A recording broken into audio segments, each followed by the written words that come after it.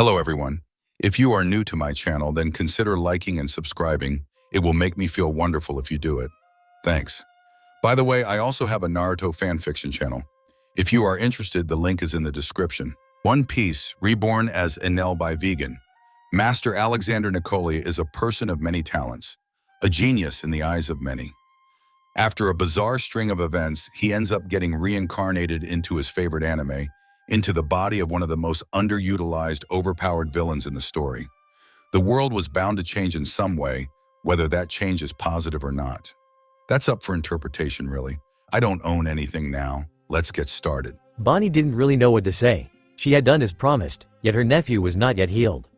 Had enal tricked her? He did say he'd go speak to Vegapunk, but he then proceeded to go radio silent for a few weeks. It wasn't unusual for enal to do something like that. At that point, she was used to it. But Kuma's condition was something that deeply concerned her. Seeing him sitting in bed like a vegetable simply made her feel wrong, from a strong and energetic man to an unmoving husk. All of the revolutionaries were still there by his side. It was clear that Kuma was loved by many, but Bonnie had failed him. She had gone off on her own, left him to fend for himself from a young age, even after she had promised his mother to take care of him. It was something she would never forgive herself for. It was because she was weak. She wasn't strong enough to stand by his side without worrying about his life constantly. She was targeted by the world government after all. The second she used her powers publicly once, she was already on their radar. As long as she was there, he was in danger, so she left. To her, at that time, it felt like she was keeping her promise. But in retrospect, she was just running away from her duties. In the end, she was captured by the world government anyway, but at least she lived with the thought that Kuma was safe. At least she did so until she was rescued by Fisher Tiger, alongside the rest of the slaves held at the Holy Land at that time. She was forced to use her powers on a few decrepit old men. Well, they tried to force her, but she in turn killed one of the old men. The torture after that incident was, however, unbearable. She was forced to make a few celestial dragons younger in the end. She was weak after all. But she was also lucky. She was being transported between her special cells when the invasion began. She wasn't kept with the regular slaves after all. Had it not been for that, Tiger wouldn't have been able to find her. After being set free, she erased any signs of the mark that had been placed on her, turning herself younger and allowing herself to age naturally for a few years. It was during that time that she figured she'd look for Kuma again. She was not out of danger, but at that point, it was unbearable. She simply needed to find out what had happened to her nephew. Through the underworld, she was able to find out that Kuma ended up being the king of Sorbet Kingdom. Not only that, he was now a pirate, one associated with the government that was still hunting her down. All the sources she could find claimed that he was a tyrannical king that was forced out of his country by his people. But Bonnie simply didn't buy it. Not for 1 second did she think that Kuma grew up to be that type of person. But at the same time, she had no way of knowing what Kuma had gone through. At the end of the day, Kuma was a child that the world had abandoned. His entire family was killed, and then his aunt left him one night with only a written message, claiming that she was doing it for his sake. Bonnie had no way of knowing what type of man Kuma had grown into. So she dug further. She even visited the Sorbet Kingdom by herself a few years later. The people of Sorbet Kingdom were afraid to even speak of him. Their current king seemed to keep the population on a tight leash. But an old man running an empty bar was happy enough to give her some perspective. King Kuma, he was much better than the poser we have now. He was never afraid to stick it to the world government. He was also strong enough to protect us. Shame he was pushed out by the government. The old man had told Bonnie plenty of stories about Kuma and his rule. That was when she learned more about Kuma. She learned of his struggles, of his rise to power, of how he fought and became the strongest man in South Blue. The times he had cried, the times he had loved. Bonnie spent a few years working in that lonely bar, listening to stories and learning more about her nephew. The old man at the bar seemed to have known Kuma personally. It was only later that she learned who he was. The royal advisor of Kuma, Tsunami Pahag. He was also the man that had helped raise Kuma into the man that he had become. She only found that out when going through his things after he had died of old age. She felt ashamed. But she still gave him a proper burial. In truth, she had even considered making him younger before he had died. But she was too afraid to use her powers publicly at that time. Yet another regret in her long life. She never even got to thank the old man for doing what she should have done. For helping Kuma turn into a great man. It was because of that that she decided to set sail and look for him. Which led her to where she was today. Standing alone, speaking to herself at Kuma's bedside. She was a bit surprised when seeing enal again. At first, she wanted to lash out at him for just leaving her hanging for 2 weeks, but she instantly calmed down when he explained the situation to her. So he was just missing his memories. It did make sense in the end. The reason why he was unresponsive was that he really was an empty shell. Enel was quick to take Kuma to his ship. Bonnie followed suit, as she wanted to watch the entire process by herself.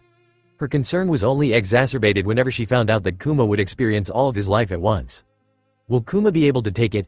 Worry gripped her mind as she struggled with whether or not to try and stop Enel from giving Kuma his memories back. In the end, she had to slap herself in order to break that train of thought. She remembered the words of Dragon, the trust that the revolutionaries had placed in him. She ended up giving Enel the go-ahead. The Emperor then grabbed the former warlord and looked at the red paw-shaped bubble with a serious gaze. He entered a password in a terminal in front of him, which lowered the special glass protective barrier that had been placed around the bubble. Without wasting any time, Enel threw Kuma at that bubble. He didn't have any other way of doing it, as he couldn't control the bubble. Neither could Vegapunk. Only the user of the Paw fruit could, so they couldn't portion the memories and feed them to him in a safe manner. Bonnie clenched her teeth and closed her eyes as Kuma's body seemed to absorb the bubble. It immediately started shaking, the former warlord's muscles started spasming, and his mouth started foaming as his screams filled the room. Even then, Bonnie held on to her hope. Kuma attempted to claw at his own face, something that Enel immediately stopped. The Emperor acted quickly and entrapped the former warlord in a ball of metal, to prevent him from hurting himself as he struggled. But aluminium was nowhere near strong enough to hold Kuma back, so Enel was forced to get close and personal, enforcing the metallic prison with armament hockey as Kuma continued to struggle. After a few minutes, Kuma became unresponsive once again. Blood came out of his 7 orifices, his eyes were rolled backwards and his head was slumped back as well. Enel finally released him, catching him before he even hit the ground. Enel's eyes widened when he realized that Kuma's heart had stopped. He didn't yell out or speak in any way. Instead, he knew exactly what to do. Without any hesitation, lighting arched around his palms and he slapped Kuma's wide chest, burning through his clothes and sending a powerful, but gentle shock through his entire body. After all, if Enel could restart his own heart, then why wouldn't he be able to do so with others? Bonnie finally realized what had happened, and her eyes widened in fear. She immediately ran and called for a few doctors to come and tend to her unconscious nephew. While she was away, the former warlord seemed to regain his bearings. He opened his eyes and looked directly at Enel, before blinking and smiling. Thank you." His voice was weak, but the fact that he could even speaking enough. Kuma didn't even get to hear Enel's reply, as he passed out once more. His ordeal was, at the end of the day, very exhausting. Enel still stood near the former warlord for the next few minutes, checking on him constantly before the rest of the revolutionaries rushed in. Sabo was the first to arrive, and he was relieved to find Kuma breathing. He heaved a sigh of relief, as a squad of revolutionary doctors also entered the hull of the ship and carried Kuma back towards the infirmary. Enel finally relaxed when seeing that. It seems Kuma will be just fine. The Emperor sighed as he collected his ship as soon as everyone had left.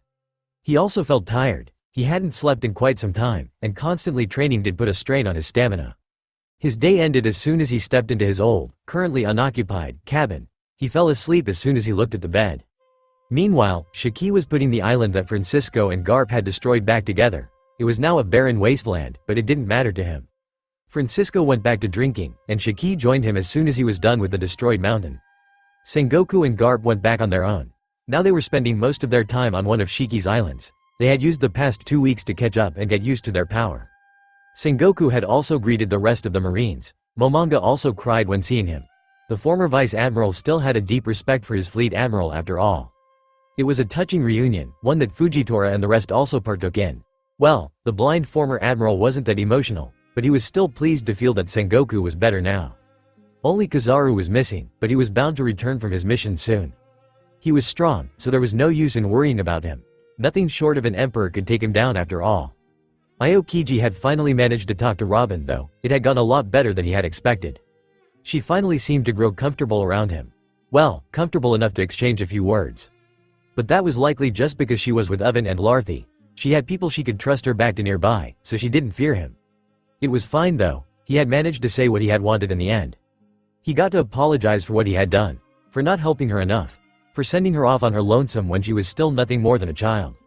He also made it clear that he wasn't expecting his apology to be accepted in any way. He just wanted to get it off his chest.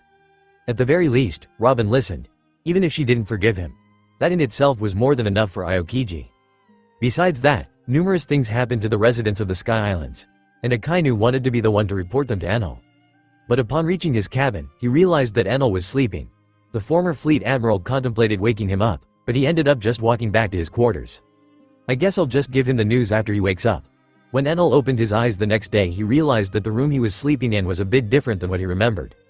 Namely, there was another person in the room with him, one that his half-asleep brain didn't recognize instantly. The Emperor blinked as he didn't think anyone would sneak into his room. Or did he go into the wrong cabin while sleep-deprived? Enal looked at the foot of his bed, only to see a small figure staring up at him with large eyes. It was a little girl with red wearing a fur dress and cap. She had short brown hair and eyes. She blinked a few times when seeing Enal woke up, before opening her mouth and saying, "Good morning big bro Enal." The Emperor rubbed his eyes for a few seconds as he then recognized the girl in front of him. Little Isa. Good morning indeed. It's been a while, hasn't it? Enal slowly stood up as the little girl walked to the side of his bed and sat on it. It's been around a year already.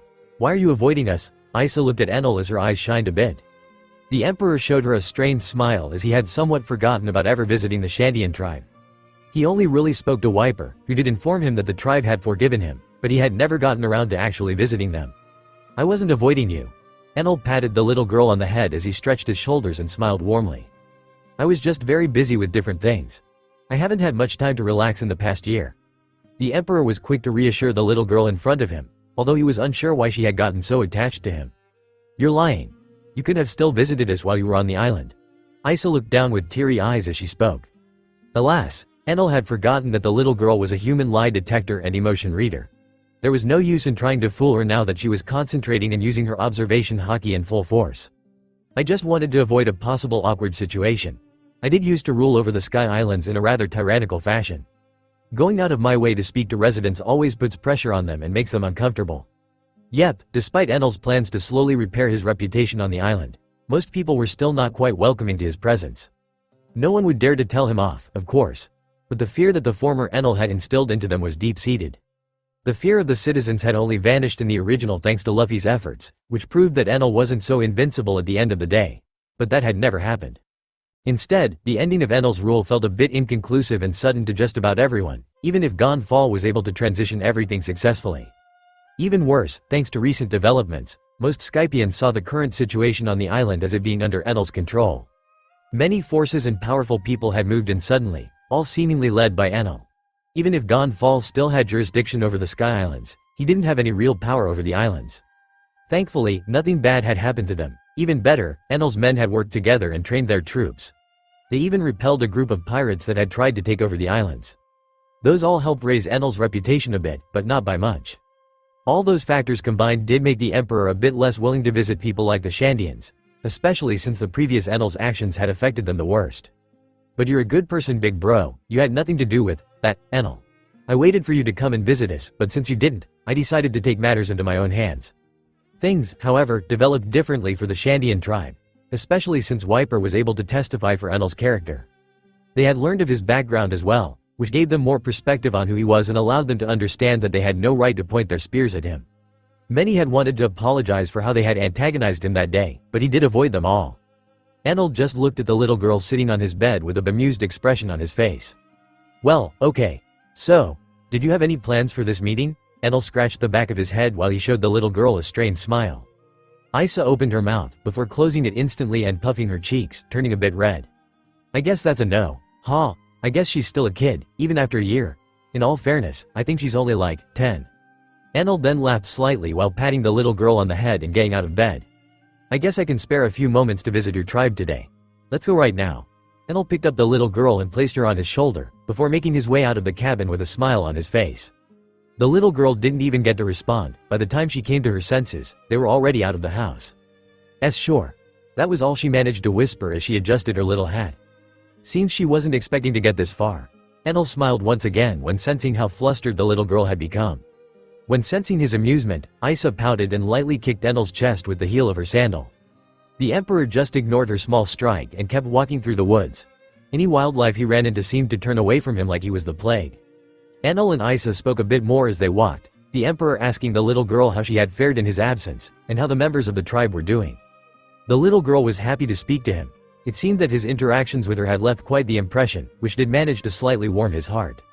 She went on to tell him stories of how her people managed to easily reintegrate into what remained of the City of Gold, of how they were happily living there. She also told him that plenty of the Shandian warriors now joined the Skyguard, and were training with the tutelage of Grandpa Garp. It seemed that Garp had also left quite the impression on the little girl. She even went as far as to say that he went out of his way to train her a bit as well, though he was a lot gentler with her than with the adults. Enel's eye twitched when he heard that. He had no idea that Garp was kind to children. His way of raising his grandsons was certainly not hinting to that. Or was he just kinder to children that weren't his own? Or maybe he had a soft spot for little girls, and treated them differently? Whichever it was, Enel was sure that Dragon would have been ripping his own hair out in jealousy if he knew. Hell, even Enel was slightly jealous. After all, anyone that trained with Garp received the fist of love, while she only got the love without the fist. Eventually, the two of them reached the Shandian tribe's village, which had progressed quite a bit. They had rebuilt a few structures in the City of Gold, and they were proudly living in the places that their ancestors had lived in. Enel was sure that they had used plenty of gold to rebuild parts of the city. Even then they had enough gold reserves to drastically lower the value of gold in the entire world. The City of Gold wasn't a legendary place for no reason after all. Enel's meeting with the Shandian tribe was a lot more pleasant than Enel had expected. He was thinking of many things, but he didn't expect them to throw a party for his arrival as an apology for the time they pointed their spears at him. The Shandians didn't seem to really care about there being more residents on the island. They only really cared about the City of Gold, the land of their forefathers. The revolutionaries also joined in for their party, at the very least some of them did. Sabo decided to drink and sing with them. That was really the only member Enel recognized. The rest were just soldiers or officers that he didn't remember the names of. Isa stuck to Enel's side for most of it, not even Cliholder at all. She drank and ate whenever Enel handed her refreshments. She sang a bit and just reveled in the light of the positive emotions that she could feel all around the Golden City. Unfortunately for Enel, he didn't get to drink for much longer, as Akainu decided to come out of his room and drag Enel back into speaking about more important matters. Glad you're enjoying yourself, Emperor. But there are plenty of things that require your attention right now. The former fleet admiral seemed to have taken it upon himself to help Enel with administrative matters at the very least. That also meant that he was working with an assisting Gonfall, so the two of them would have to go to the old man's office to talk more together. Enel sighed as he realized he needed to get back to work. Still, the few hours spent with the Shandians were a nice reprieve from all of the rush and work he constantly had to do. Isa remained in the City of Gold, reluctantly getting off of Enel's shoulders. The Emperor wanted to help her, but she refused, saying she was a big girl and that she could handle herself now. Enel remained unmoving the entire time. Isa just used one of his earlobes as a rope and climbed down to his legs and jumped off. The little girl waved at Enel with a large smile on her face before joining her people and continuing with the party. After so many drinks, the original purpose of the celebration was all but forgotten, so Enel was able to leave without any issues. Enel and Akainu both flew towards Skypa, going directly to Gonfall's office where the others were also waiting for them. Enel decided to go at the former fleet admiral's pace, but the two of them didn't exchange too many words. Akainu was not exactly too talkative after all. Still, as they skywalked their way to the other island, they also saw the recruits training once again. It was a daily thing, but Enel still liked to see their progress. It made him proud to see how much the Sky Guards were growing. It was only a matter of time before they would become an actual force to be reckoned with, although his army's main power still remained on the shoulders of all of their powerhouses. Really, the number of powerful people on the Sky Islands was simply unprecedented. Kaido had all to feel threatened by them. Enel sighed as he eyed Garp, who was still training the recruits with a sadistic smile on his face. The Emperor didn't linger though, he still had work to do, unfortunately. Still, I wonder what matters need my attention to the degree that Akainu has to interrupt my free time. Did that clown finally call us back? Or is it something related to our other allies? Gonfall's office was much fuller than usual, filled with leaders from all groups currently residing within the Sky Islands. On one couch stood Sengoku, casually combing his shining black afro while patiently waiting for the meeting to start. He was wearing clothes similar to those he wore during his time as a fleet admiral. He was only missing the coat and the epaulets. To his side stood a calm and stone-faced Aokiji, who was also dressed in his usual suit. He kept his admiral's coat and yellow epaulets. He still wore them proudly despite their current position. Momonga was also present. He sat with his legs crossed as he twirled his mustache. His long blade was sheathed and sat rested on his shoulder. The former vice admiral wore an open white suit with a purplish shirt underneath. He had his eyes closed, seemingly resting while waiting for everything to start. Across the table from them, sat on another couch, were the representatives of another faction currently under Enel. Francisco, the former first mate of the Rocks Pirates, was sat straight on the couch, only slightly leaning back as another regular cutlass rested at his hip. He wore his usual white open shirt and black pants. His blonde hair did look a bit longer than usual, as he had not gotten around to trimming it. Another pirate legend, Shiki, the Golden Lion, sat at his side, wearing a yellow and white kimono. The man had two cutlasses resting at his hip, both of them named blades, as he smoked a large cigar while casually exchanging words with his companion. His bladed legs didn't even scratch the wooden floor of the office. A true swordsman only cut when he wanted after all. On the other end of the table, the one towards the entrance, stood a man dressed in a deep green cloak, wearing casual clothing. He had long spiky black hair and his face was adorned with a red tattoo. He was Dragon, the leader of the revolutionaries. Behind him stood Ivankov and Karasu, two of his army's commanders. And on the other end of the table, representing the residents of the Sky Islands, was an old man that sat on a large cushioned chair. It was none other than Gonfal. The old man looked just as lively as usual, his long beard and hair seemed to have gotten slightly whiter, likely due to stress. He was wearing a white robe which revealed his white wings as his back rested in his chair. To his side stood Wiper with his arms crossed.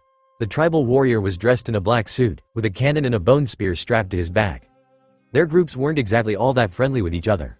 Sengoku didn't exactly like either Shiki and Francisco or the revolutionaries. Aokiji shared his sentiments in that regard, but he didn't outright hate anyone, his stance being a lot more neutral than that of his former superior. The one-armed Momonga didn't interact with the others either, but he hated none of the parties present. He had even gotten friendly with Francisco. The old pirate was training him on both hockey and swordsmanship at the end of the day. They all diligently waited for the one that had brought them all together to arrive. And they didn't have to wait long, as the door swung open to reveal Akainu and Enal, who walked in silently and looked at everyone in the room. "Ah, everyone is here now." The queer king was the one to speak out as Akainu took his seat beside his fellow marines. Thankfully the couch was large enough to accommodate him as well. Enal also walked over, grabbed a chair and sat beside Gonfal, who nodded in greeting. Ivankov winked at the emperor as he took a seat. Enal just blinked a few times and nodded in greeting. "Quite the gathering we have here today," Enal said as he crossed his arms and leaned into his large chair. "Quite the gathering indeed, Captain. Did you sleep well?" Francisco greeted his captain with a wide smile. "It was quite nice. I did need the rest. I also had a rather nice surprise in the morning." Enal nodded as he responded with a forced smile, remembering his encounter with the little intruder. "Ah, yes. I did see someone sneaking into your cabin, but I decided not to do anything about it when I realized it was just a kid." Francisco waved his hand around a bit, before finally getting to the subject of the meeting. "Now that greetings are over, we should get straight to the matters at hand," Sengoku said as he stopped combing his hair and adjusted his round glasses. "I do have to agree with Sengoku on that one. I still have a few matters to attend to," Dragon said as he waved his hand, gesturing for Ivankov to hand him some papers. Gonfal also nodded, slowly pulling out some papers as well. "We'll start off with the first thing. We recently received a message from a man calling himself Buggy D. Clown. He claims to have thought over our offer and accepted to aid us whenever the war starts." The old god spoke in a dry tone as he read over a few of his papers with a monocle. "Yes. I visited him recently. He is a warlord running a rather large bounty hunting business and dealing artificial devil fruits to the beast pirates." Enal nodded as he explained the situation with Buggy to everyone present. "To think that man would become a warlord." Akainu shook his head with a sneer. "He's probably just a figurehead anyway. A replaceable pawn. Is his assistance worth anything at all?" Momonga spoke as he continued twirling his mustache in boredom. "He has hundreds of ships under him, with plenty of New World and Grand Line faring pirates. I believe he should be helpful to bolster up numbers." Enal explained some of his reasoning in recruiting Buggy. Enal couldn't exactly explain to them how the man's luck seemed to defy reality itself, and how he'd eventually end up forming an alliance with two other prominent warlords, Crocodile and Mahawk. He didn't have any proof to back up that the alliance would happen, and he didn't even know the circumstances under which it had happened in the show. But one thing was for sure. It was a lot better to have such a wild card on their side, rather than the enemy side. "Well, I trust your judgment, Captain," Francisco said as he blinked slowly and nodded to his captain. "Don't think having more people on our side will hurt. At this point we're not even waging war anymore, we're just planning to completely crush the opposition." The Golden Lion crushed his cigar in his hand as he spoke with a large grin plastered on his face. He looked at all of the people nearby with a sharp gaze, smiling as he anticipated the upcoming war. It's always good to have more allies, especially someone tied to the underworld like Warlord Buggy is. Though I am unsure how much of those ties are made by him or the world government. Dragon looked through some of his reports as he scowled. He had also noticed that the government was extremely involved with the new warlord that had taken over the business that the Joker, aka Doflamingo, had left behind. It should be fine. His pirates travel quite a bit of the Grand Line. They should at least be able to check up on some kingdoms and relay information firsthand. We also have Shanks for information, but this isn't exactly a bad thing. The Lightning Emperor just waved his hand and dismissed the concern. He was well aware that Buggy was nothing more than a pawn for the world government, but that didn't mean he couldn't be useful to them as well. "Very well, I guess we will welcome his support. We will instruct him to relay information to us periodically." Dragon sighed as he noted down a few things. That's the first subject out of the way already, Gonfal said as he leaned into his chair and sighed deeply. There's plenty left to talk about. Sengoku crossed his burly arms as he looked at Enel. He didn't have any reports or papers, but he didn't need them, he just spoke directly from memory. Kizaru has confirmed that he's already on his way here with the Neo Marines. It apparently took a bit of effort to convince them to at least follow. Fleet Admiral scoffed as he remembered how stubborn both Zephyr and Suru were. The two of them put together to lead a group of Marines was certainly difficult. Suru and Z were both exceedingly capable. They both had very loyal followings and they knew how to handle leadership positions. But the two of them would normally butt heads a lot. The uncertain state of the world was certainly not aiding them in any way. When they arrive, we'll have to fly them up here. I'm guessing Shiki has that handled though. Enel said as he scratched his chin and wondered when exactly the Neo Marines would arrive. Yep, I can float up their fleet, no problem. They'll call us when they reach the shore of the Grand Line, and I'll just fly over to them. The Golden Lion nodded as he smiled a bit. I'll tag along. Z and Suru will definitely not trust the situation if you showed up alone. Akainu scoffed as he spoke out. No, it's better if I go. Z and Suru didn't really have much of a soft spot for you, Akainu. Aokiji said as he shook his head, his calm expression not breaking for 1 second. Akainu scoffed again, but he couldn't quite refute his comrade's words, so he ended up just grumbling a bit and turning his head to the side. It's a rather joyous occasion. I am quite stoked to meet up with a few more of my former colleagues. Momonga smiled a bit as he leaned his head on the sheath of his long blade. You'll get the chance to catch up with old friends, I'm sure. But there's always the problem of living space. Dragon spoke out this time around. The living arrangements on the Sky Islands were already messy enough. Upper Yard housed the Sky Guards in cabins and training grounds, the Shandian tribe in the Golden City, and the revolutionaries in their underground tunnels. Akainu and the rest of the Marines lived with the revolutionaries still, but they knew that they would need their own place now that there were going to be more of them. We need to start building a base for the Marines to reside in, don't we? Enel sighed as he rubbed the bridge of his nose in annoyance. Yep. Gonfal sighed as he thought about handling the logistics of yet another group moving in. Skypa couldn't quite accommodate that many more people, and Upper Yard was already packed to the brim with people, to the point where it was a miracle that the Shandians weren't complaining. We don't have to build it on these two Sky Islands. Shiki has more than enough land to accommodate such a group. Enel smiled a bit as he seemed to get an idea. Yep. But we do still need to handle construction. The Golden Lion also seemed to be a bit annoyed at the prospect of work. Well, we do have a start already, don't we? Didn't Francisco and Garp recently ruin one of the islands? Enel's smile widened as he envisioned how the marine base would fit on the barren mountain that was left in the wake of the fight between the two titans of his crew. Well, it's as good a place as any. At least it's going to be quiet. Sengoku seemed to be quite alright with the location as well. Just like that, it was decided. They would build a marine base there. Well, the Neo Marines would handle building most of it. But the revolutionaries were going to at least build them housing. Dragon would ask Morley, his Earth-controlling army commander, to set up a cave system for the Marines to live in while they build a more permanent residence. Shiki once again agreed to work together with Morley, to make her job easier. They continued speaking of the logistics for a bit, as well as of the materials they would use up for furniture. Thankfully, Shiki's islands were filled with forests, so they had plenty of wood to spare. Well, that settles it. The Marines will all move into the currently barren island. Gonfal sighed as he noted a few things down and slowly placed his pen to the side. Any other news? Enel asked as he rested his head on his palm. Well, one other, rather important piece of news. Dragon was the one to speak up this time around. He pulled out a strange-looking shell, which Enel recognized as a tone dial, used to record sounds. A message from someone you should know quite well, Morgans. Enel raised an eyebrow when hearing that. Dragon didn't wait for him to say anything and just pressed the play button. Greetings listeners. We live in dark present, dear listeners. Our precious news, our fabulous tabloids are being censored. We are unable to reach out to most of our associates. Enel scowled a bit when hearing Morgan's voice. It sounded strangely lacking in energy. Many people are dying in the streets, trying to fight for their rights, or out of indignation for those that have fallen already. It is truly a bleak world, but it has always been one. That lacking energy seemed to return, however. It was almost as if he had revitalized, steeled himself. I hope this broadcast reaches as many people as possible. We must not bend our knees, dear listeners, do not give up.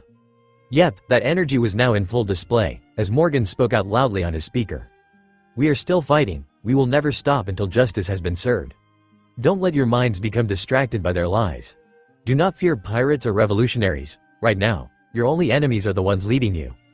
Enel blinked a few times as the recording ended, a rather interesting propaganda piece. That thought echoed throughout the heads of most of the people present in the room. Morgan's is currently still active. He has apparently found a way to broadcast this message in many cities across the world, inspiring protesters all around the world to stand up once more. Dragon spoke as he looked at his reports with a grimace. Well, to be more specific, he planted speakers in all major cities and broadcasted this message until the speakers were found and destroyed. Ivankov spoke out as he shrugged a bit. It was rather impressive after all, the lengths that Morgans was willing to go to just to mess with the world government even more. Still, I'd say that this is quite irresponsible. Sengoku scowled a bit as he joined in the conversation, giving his 2 cents. Yep. The protesters will never be able to achieve much. Many more lives will be lost. Gonfal shook his head as well, not quite appreciative of the message that Morgans was trying to send. It is a bit harsh, but no one is truly safe anymore. All the cities are headed in a rather obvious direction. The government even started starving some of them. Encouraging protests may hasten the process for some people, but those rebellious enough to go out on the streets would have been purged eventually anyway. Dragon seemed to be able to justify Morgans' actions. Sengoku and the Marines seemed a bit displeased with the explanation, but no one could refute it. After all, they were all well accustomed to the ways of the world government. The atmosphere in the room seemed to turn sour for a few seconds, as everyone seemed to have their own opinion on the message of the propaganda piece they had listened to. At the very least, we know Morgans is safe. Enal clapped his hands together with a smile, trying to uplift the people in the room a bit. He is a rather great ally to have, and he has already proven himself in the past. He is capable, and I'm sure he's already weighed the risks and benefits of sending such a message to the people. Enal was aware that the loss of life was great already. That was exactly why he wasn't exactly blaming Morgans for stirring up the pot. If everything started and snowballed to this point, then things are already dire for the protesters. Morgans at least gives them some hope with his broadcast. In the end, everyone in the room still came to their own conclusions regarding the broadcast and continuing protests. But most still seemed to agree with Enal's words, especially the revolutionaries. After breaching the 3 main topics of the meeting, they spent a few more hours debate issues on the Sky Islands. Enal was finally able to leave at the end, something that he had greatly anticipated. He turned into a flash of lightning and disappeared as soon as the meeting was over. He reappeared at his cabin and contemplated whether or not to fall asleep and digest the information. But he wasn't particularly tired, since I have the energy to spare. Might as well go to Garp and start training my body properly. And there I was, punching away at a mountain while using nothing besides the strength of my own muscles. To make sure I don't cheat, good old Garp made sure I wear a sea stone collar for the duration of my training. I've been doing this for 2 weeks already. It's always the same. Eat, sleep, punch. Occasionally go to the toilet. I may not necessarily like ruining the terrain, but at least there are no resources and trees to break on this island. The trees have all been chopped up, and minerals were taken out of the ground already. It's well and truly barren. Well, nothing was done manually. Everything was plucked out by Shiki. This was done to both prepare resources for the arriving Marines and to clear up space for my training. Garp requested this, as the mountain is relatively large. The best part? He asked Shiki to rebuild it every night while I slept. So I technically had to struggle and take down a mountain that regenerates itself every day. Great. The stipulation is that I must break it all in one day, otherwise, I must keep going until I can. After that, the time frame for the regeneration will get lower and lower, until I reach an adequate strength. Shiki complained that we're working him like some beaten horse, but he can easily do all of the tasks we give him with a flick of his wrist. Really, his devil fruit is outrageously powerful. I've no doubt that he's among the strongest on these islands. Even after the rest of the Marines arrive, there shouldn't be any that can take that spot in the top 5 away from him. It did take both Garp and Sengoku in their primes to take him down, and even with them, he almost ruined Marineford back then. Ah well, I can thank Francisco for the fact that he's now on our side. Shiki doesn't seem like the type to follow others. If I remember correctly, he was trying to take down the government by allying himself with Roger back in the day. So he's clearly ambitious. Not the type of person that would ever bow down to others. As more and more powerful people gather on these islands, the pressure on my shoulders grows. I don't even know if I am the strongest on the island anymore. I don't know how a fight between me and a serious Garp would look, same for Francisco. In a sense, it's not my strength that brought everyone together here. But it still feels strange for me to have to rely on my crewmates for training. I feel like I should be stronger. As the captain of such a massive power, I need to live up to my title. Even now, I find it difficult to believe that there is a crew more powerful than this in the world. The problem is, I know that no matter what we do, it won't be enough to stomp out I am. Not when he's got Uranus and the ancient weapon pieces on his side. Hell, the 5 elders should also be strong if we're to listen to the Marines and Sengoku. To be a good leader, I need to prepare for the worst. No matter how powerful this army grows, I refuse to wage war until I've at least followed the advice of that giant sea monster, Orochi. Well, I don't know if Orochi is a sea king or not, but it sure as hell was a lot bigger than any of the sea kings I've ever encountered or heard about. Even that large sea king, the island eater, was nothing when compared to that mythical monster. I think its advice is sound. One ought to listen to their elders after all. I need to work and awaken my devil fruit, but I also need to somehow assist Luffy in awakening his. But first, I need to train. Fighting an opponent that can seal my devil fruit is impossible.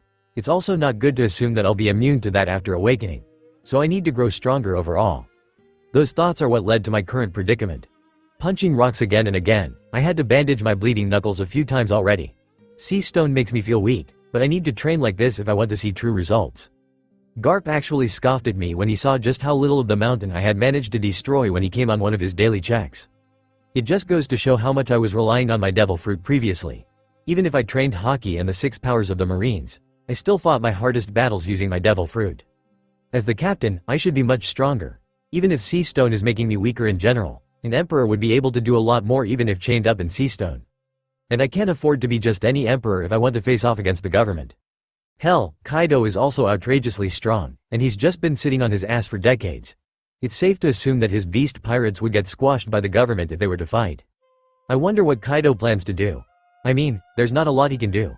I wish he just waited patiently for Joy Boy, Nika to take him down, but at this point, it's hard to tell.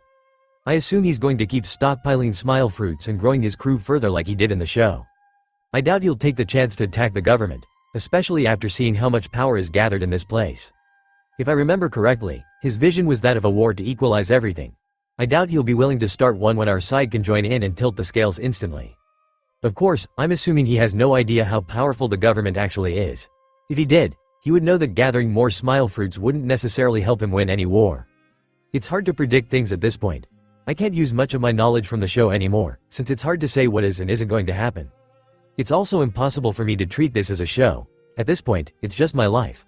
I need to be as cautious and wary as possible. I also can't fully rely on knowledge from the show when it comes to Kaido. At this point, he's as unpredictable for me as can be. Whatever. We'll just have to deal with things as they come. I'll just keep punching away at this mountain. Can't afford to slack off right now. Paw of narration _ As Enel punched away at his mountain, the Neo Marines were finally gathering at the shore of the Red Line, patiently waiting for someone to come and pick them up.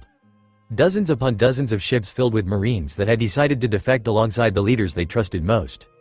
Zephyr was the man that had taught and trained many generations of Marines, a respected man and a former admiral. He had retired from the position of instructor after suffering a defeat in the field, but that didn't diminish his reputation at all. He was still one of the strongest men in the Marines. Some people even considered him to be stronger than the admirals. His mastery over armament Haki and physical strength were considered second only to that of Garp, who was a freak of nature by all definitions. Suru was, surprisingly, even more famous than Z. Much like Garp, she had never become an admiral, and just like Garp, it was not because she couldn't. She simply didn't want to work with the celestial dragons directly, finding their presence distasteful. She was well known for her dangerous devil fruit abilities that even allowed her to wash away the evil from pirates. A lesser-known fact was that she was also one of the best snipers in the Marine, and their best assassin. Her mastery over sky walk, Jeppo, allowed her to even perch upon clouds. She could travel from island to island without the need for a ship. Her mastery of observation and armament allowed her to kill skilled devil fruit users from miles away. She could also erase her presence completely, to the point where even masters of observation Haki wouldn't be able to sense her. In that aspect, she was just as good as the best in the CP0 units. All of her skills combined were what made her as renowned as she was. She was swift and deadly. She certainly lived up to her moniker. Suru the Crane, elegant, graceful, strong.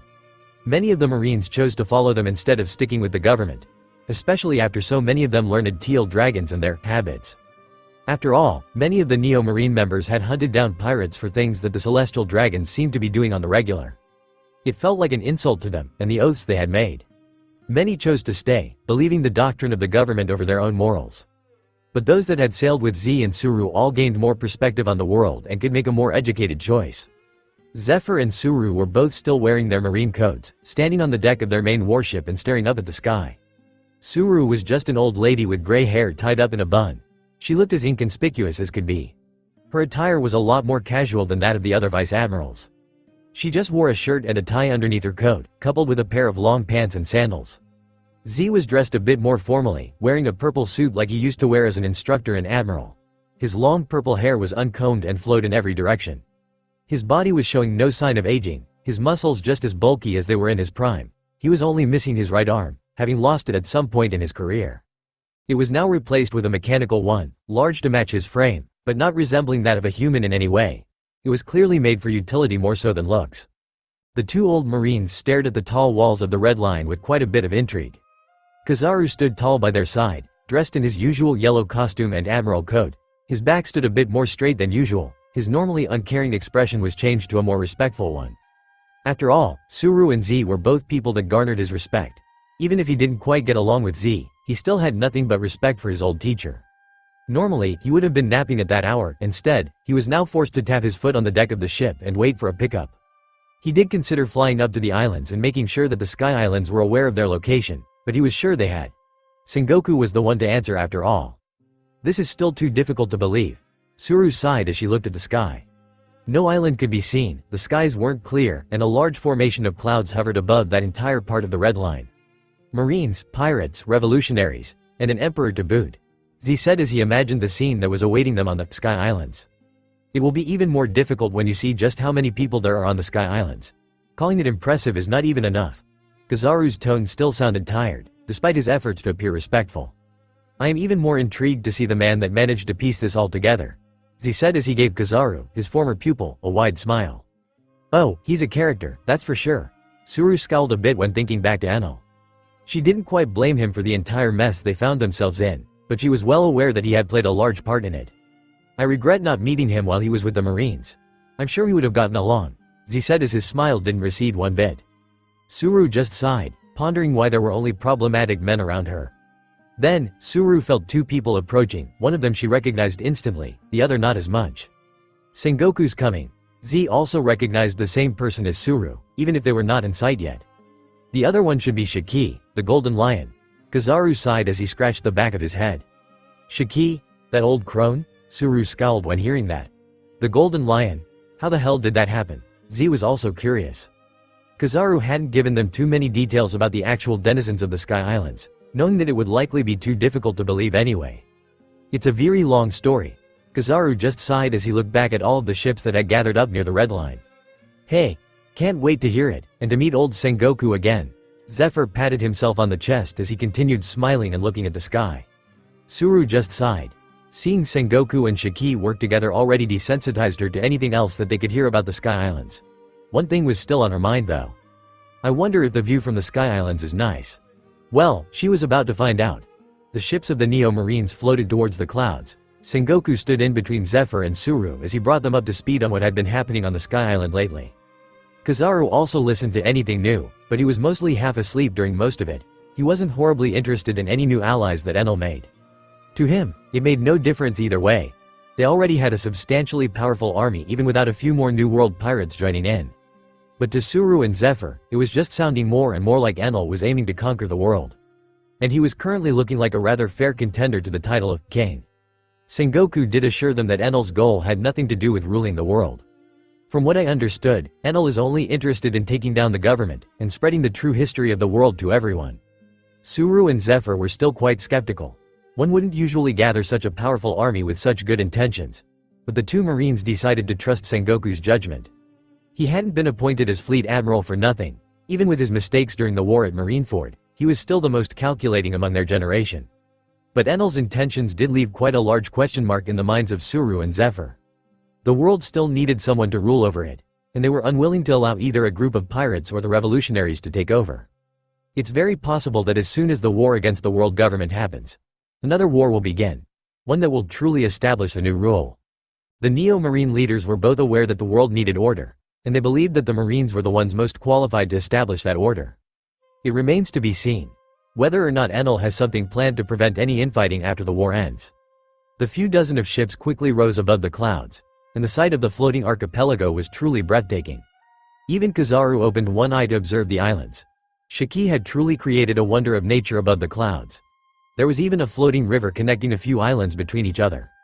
There were also plenty of ships traveling by using said Sky River. Shiki's people manned those ships and had established some sort of trading system within the islands. This does look like it would make a rather enjoyable home. Suru muttered as she looked at the floating paradise in front of them. It took me a few years to gather all of these. Glad that they're pleasing to the eyes at least. Shiki took quite a bit of pride in his creation. It had taken quite a bit of effort to pull off after all.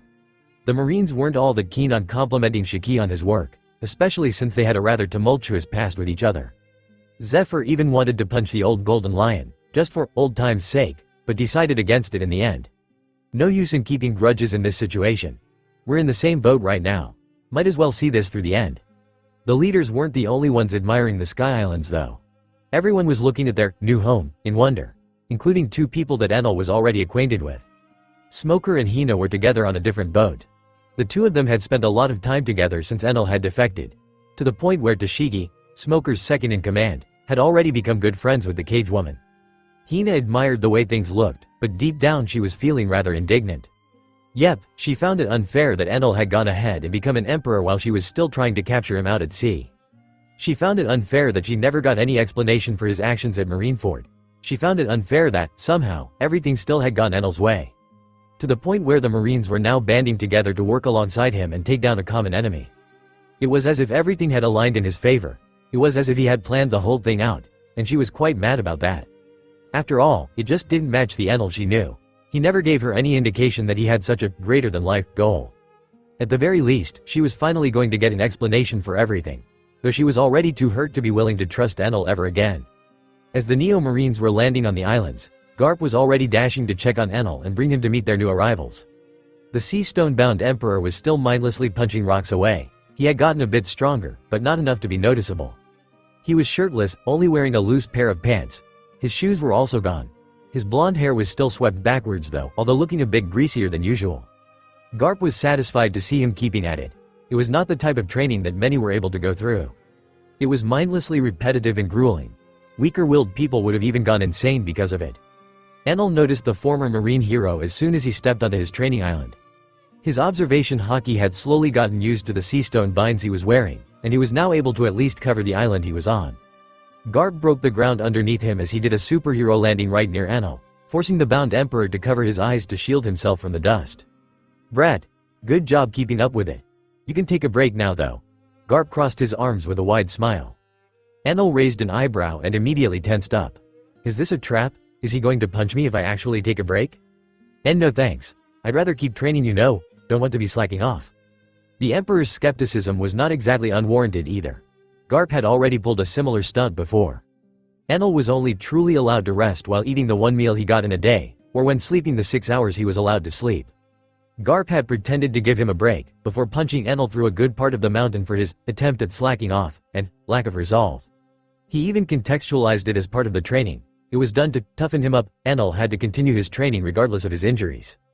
Garp scowled a bit when seeing Enel's reaction. He was also annoyed that he wouldn't be able to take Enel by surprise like that again. But then again. "Brat, since when do I need a reason to punch you? I'm here 'cause the Neo-Marines finally arrived. You ought to meet them as well." The former Marine hero didn't put any more pressure on Enel for now. He just took out a key from his pocket and freed the Emperor. Enel took a breath of fresh air as his senses fully returned to him, his observation expanding over the Sky Archipelago. He felt the Neo-Marines landing on the island that had been prepared for them, with Akainu and the others already waiting for them there. "Huh, time really flew by, huh?" Enel said as he rubbed his now free neck. "Yep, don't get used to it. You'll be back here in an hour or two. You can go ahead, I'll catch up." Garp just tapped Enel on the shoulder as he dashed and started skywalking towards the marine island. Enel just sighed as he turned in a lightning bolt for the first time in a while. He reappeared right beside Kizaru, who was already looking towards him with a bored gaze. "Enel, nice of you to be greeting us personally." The former admiral gave the Emperor a lazy smile as he disembarked the ship alongside the others. The Emperor just nodded as he walked alongside him. The two giant men towered over the rest of the Marines, and many were rather intimidated by the shirtless Emperor. The two leaders of the Neo-Marines also noticed Enel. They became wary for a few seconds but calmed down when seeing how relaxed Kizaru was. Shiki just left after placing their ships on the ground. He didn't feel like dealing with Marines for more than necessary. He still waved at Enel with a smile as he left. The Emperor just waved back at the goldenless scared looks that some of the Marines were giving him. Even if they were all told that they'd be working together with Enel, that didn't mean they were completely comfortable with the betraying Emperor. Suru was the first to greet Enel. "It's certainly been a while. I still remember when you were a recruit. You sure came a long way." Suru made a point to look around at the surrounding islands as she spoke. Enel just shook his head. "I did get lucky on plenty of occasions. I'm glad to see you are all fine even after the war." "I wouldn't call the current state of affairs as fine." Zephyr also walked up to Enel and stared up at him with narrowed eyes. The former Marine instructor studied the Emperor for a few seconds before smirking. Hee. Is Garp putting you through that insanity he calls training? Z didn't show Enel any hostility at all. Things could be a lot worse, and at least the training shows results. Enel scratched the back of his head. Things could indeed be much worse. At least we are all together here now. Sengoku also shrugged as he combed his afro. Well, I guess we've seen worse years. I'm off for now, we still have to settle here. Suru just shrugged and signaled her subordinates to follow her and start setting up camp. Enel also noticed plenty of familiar faces on the other ships. He also saw Hina. But her reaction to seeing him was different from what he had expected. Instead of receiving a punch or two, Hina just scoffed and avoided his gaze abruptly. Yep. She's certainly mad at me. Enel sighed as he realized he would have to speak to her at the very least. I'll leave that for later. Can't exactly take too long of a break. Enel spoke with a few of the Marines for a bit more until Garp also came in and joined them. Every Marine was happy to see Garp in such a healthy state. Z even marveled at how wondrous the effects of Bonnie's fruit were. Garp's presence immensely bolstered the morale of the Marines. After all, siding with a pirate was a lot better if their Marine hero was also with them. Aokiji was also considered a Marine hero, but he didn't have anywhere near the same reputation as Garp, so he didn't really count. After greetings were over, Enel and Garp lingered a bit more to help the Marines settle, before the former Marine hero made the Emperor get back to training. The Emperor didn't try to argue about taking a longer break. He didn't exactly want to take too long of a break either. He felt the effects of Garp's training on his body, and he knew that he was growing stronger every day. It was to the point where he didn't even want to stop training. The Marines continued settling in as Enel vanished. Hina looked at his disappearing form with a frustrated gaze. What? Not even bothering to greet Hina? Alas, she did end up finding out that he was training with Garp's strict instructions, so she decided that she would just visit him one day. Despite Hina's wish to visit Enel, she only managed to get slumped with work endlessly. A month passed by, and nothing had changed, but the Marines had built a rather large base on their island, extending from the caves and even shaping rocks to make proper stone buildings. But they mostly lived in wooden buildings, as they had wood in excess thanks to Shiki's deforestation efforts. In that month, Enel's progress became quite pronounced. Slowly but surely, he was getting to the point where he could punch off good chunks out of the mountain. The fact that he was getting used to the sea stone certainly helped. At first, he wasn't even half as strong as usual, but now he was even stronger than before, while still being weakened by sea stone. Maybe it was a bit sadistic and mind-numbing, but Garp's training was truly results-oriented. In the process, he had started training all of the 6 powers all over again, striving to gain true mastery over them before finishing his training. His day was going as usual. Garp had already visited him and given him his food for the day. The meal was as large as always with lots of meat and protein. A hefty meal was always condensed in the shortest amount of time, as to avoid taking too long a break. One thing had changed recently though. Oven and Robin both joined in on that training. Garp wasn't always enthusiastic about training pirates, but he made an exception for the two of them since they were both friends of Enel. The fact that Robin was in his grandson's crew certainly helped too. Regardless, Garp was fully against human interaction during that training, as he believed it would hamper their progress. So the three of them were split up into different parts of the mountain range. All were properly collared and left to train in a different zone. Only Enel and Oven had any real hope of reaching the point of actually taking down the mountain in a day. The two of them were at about the same point when it came to physical strength. But that would still take quite a lot of progress, a year at the very least, so there was no reason to worry about their training zones overlapping for now. Robin was left rather disappointed though, as she had only agreed to go and start that training in order to spend more time with Enel. It was unfortunate that she didn't get to have her way in the end, but it was already too late to back out. Instead, she decided to take the training as a good opportunity to grow stronger. Meanwhile, Larthy was left to tend to other matters. She wasn't really all that interested in joining the torture session that Garp had devised for her friends. But she was left without anyone to train with, so she decided to just reread a few of the poneglyphs. There were always possibilities that they had missed a few things. After all, plenty of words could be interpreted differently depending on context, so she felt the need to triple-check everything once more. Her team was obviously going to continue assisting her throughout the matter. They hadn't lost anything at Baltigo, so they were able to just continue where they had left off. Her research was bound to take a while longer though. Finding different interpretations of the same words was going to take just as long as deciphering everything all over again. Well, at least now they had a benchmark for how the ancient script language actually worked. But she wasn't the only one hard at work. Sabo and the rest of the Revolutionary Army were doing their best to reach out to the outside world, to find out more about the state of things. They sent a few agents all across the world. Ivankov also went back to his kingdom to survey things there, and the other army commanders also spread out throughout the world. Dragon, Sabo and Larthy were really the only leaders left at the base by that point. Their information network was a lot vaster than before now, as they were now able to work hand in hand with a lot of the underworld, as well as the warlord Buggy and his bounty hunting crew. Even so, actually establishing bases in the large cities was a struggle, as the protests had ravaged everything, and the severe lockdowns and measures made the situation much harder for the revolutionaries. Things were bound to settle at some point though, so all the revolutionaries had to do now was to wait.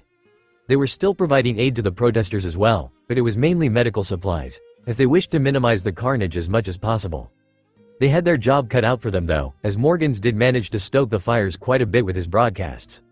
Meanwhile, the rest of the Sky Island was mostly calm. The Marines and Sky Guards weren't doing much besides training and building.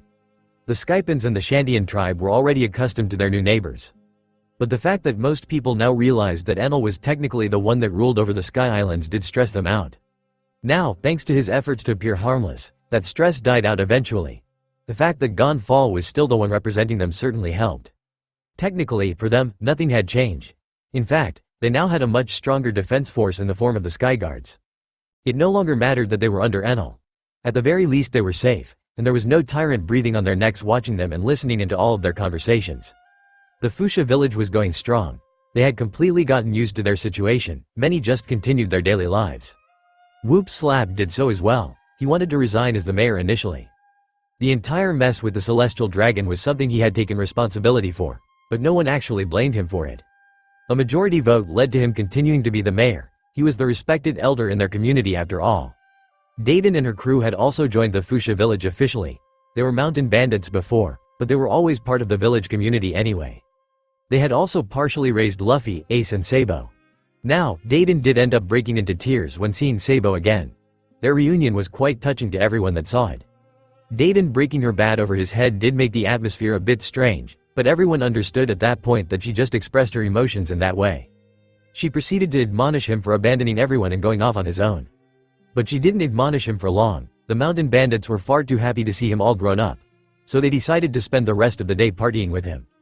A party that only the people of Fuchsia village and the mountain bandits took part in. Momonga and a few more Marines were also invited, but they were rather busy with their training. Francisco was still doing his best to train Wiper, Momonga and a few others. Wiper decided not to learn swordsmanship at all, as it simply wasn't his style, but he did take a great liking to the spear he received. He started training with it a lot more than with his burned bazooka. His conqueror's hockey did stagnate, unfortunately, but it was an expected outcome. He was just as talented as Francisco was at the end of the day, both of them being at the top of the world in terms of talent. But it had taken Francisco many decades and difficult fights to get to where he currently was. A bit of training wouldn't be able to bridge that gap between them. That was also why Wiper decided to focus more on his spear and armament hockey. The tribal warrior was shaping up to be among the stronger people on the Sky Islands already. He still stood far behind the admirals and the actual top figures, but he was making good progress in being able to fight them one day. The winning was another thing entirely. Although not as strong as the emperors, the admirals were still a significant power, standing far above any other pirates besides the emperors. They each, individually, had the power to completely destroy an island, and Wiper was far from being able to match that. Not much else high islands during that month, but things in the New World were going very differently. There were numerous factions and powers in the New World, but few could count as being at the top nowadays. The emperors all still stood at the top, but the world was shifting heavily, and the existence of weapons capable of wiping Baltigo seemed to embolden quite a few pirates. Many flocked to the New World trying to find any trace of that weapon and of the Revolutionary Army, who was said to possess such a weapon. But nothing would come out of it. Instead, they were all swallowed up by the powers in the New World. The lines always became blurred when dealing with world-class powers, but people like Kaido stood a step above most people. Although the Dragon Emperor had been somewhat humiliated in his last attempt to wage war on Sky Island, he still was one of the strongest beings alive. And he used his strength and influence to subjugate a good part of the New World. He took over parts that had once been considered neutral territory by many. There were no Marines to contest his conquest either, so it was left for the other emperors to try and balance things. Big Mom mobilized her crew as well, realizing Kaido's game and deciding to swallow up as many pirates and territories as she could. Whitebeard was wholly uninterested in the entire situation. He was too busy enjoying his time with his family. He was still old and quite sick, so he didn't feel like butting heads with any emperors before he finally fizzled out. Though he did feel like he still had a good few years left in him. Even if his sickness was eating away at him, he was still going to power through it, and enjoy as much time with his family as possible. Shanks's approach was somewhat different from Kaido's and Big Mom's as well. He decided to just sit back and observe things. He already knew that Big Mom was on friendly terms with Enel, so he didn't see her expanding her influence as a bad thing. Though he didn't know the full details of Enel's partnership with Big Mom, so things were still rather gray on that end. Kaido's actions were concerning, but not that much when considering how much power there was on Enel's side. So, all in all, Shanks was not all that worried, at least not until he finally received Kaido's invitation. Personally delivered by the Beast Pirate's second-in-command, King. Communications were a bit more difficult after all, so King was the one to bring Shanks the invitation. Shanks couldn't help but scowl when reading it.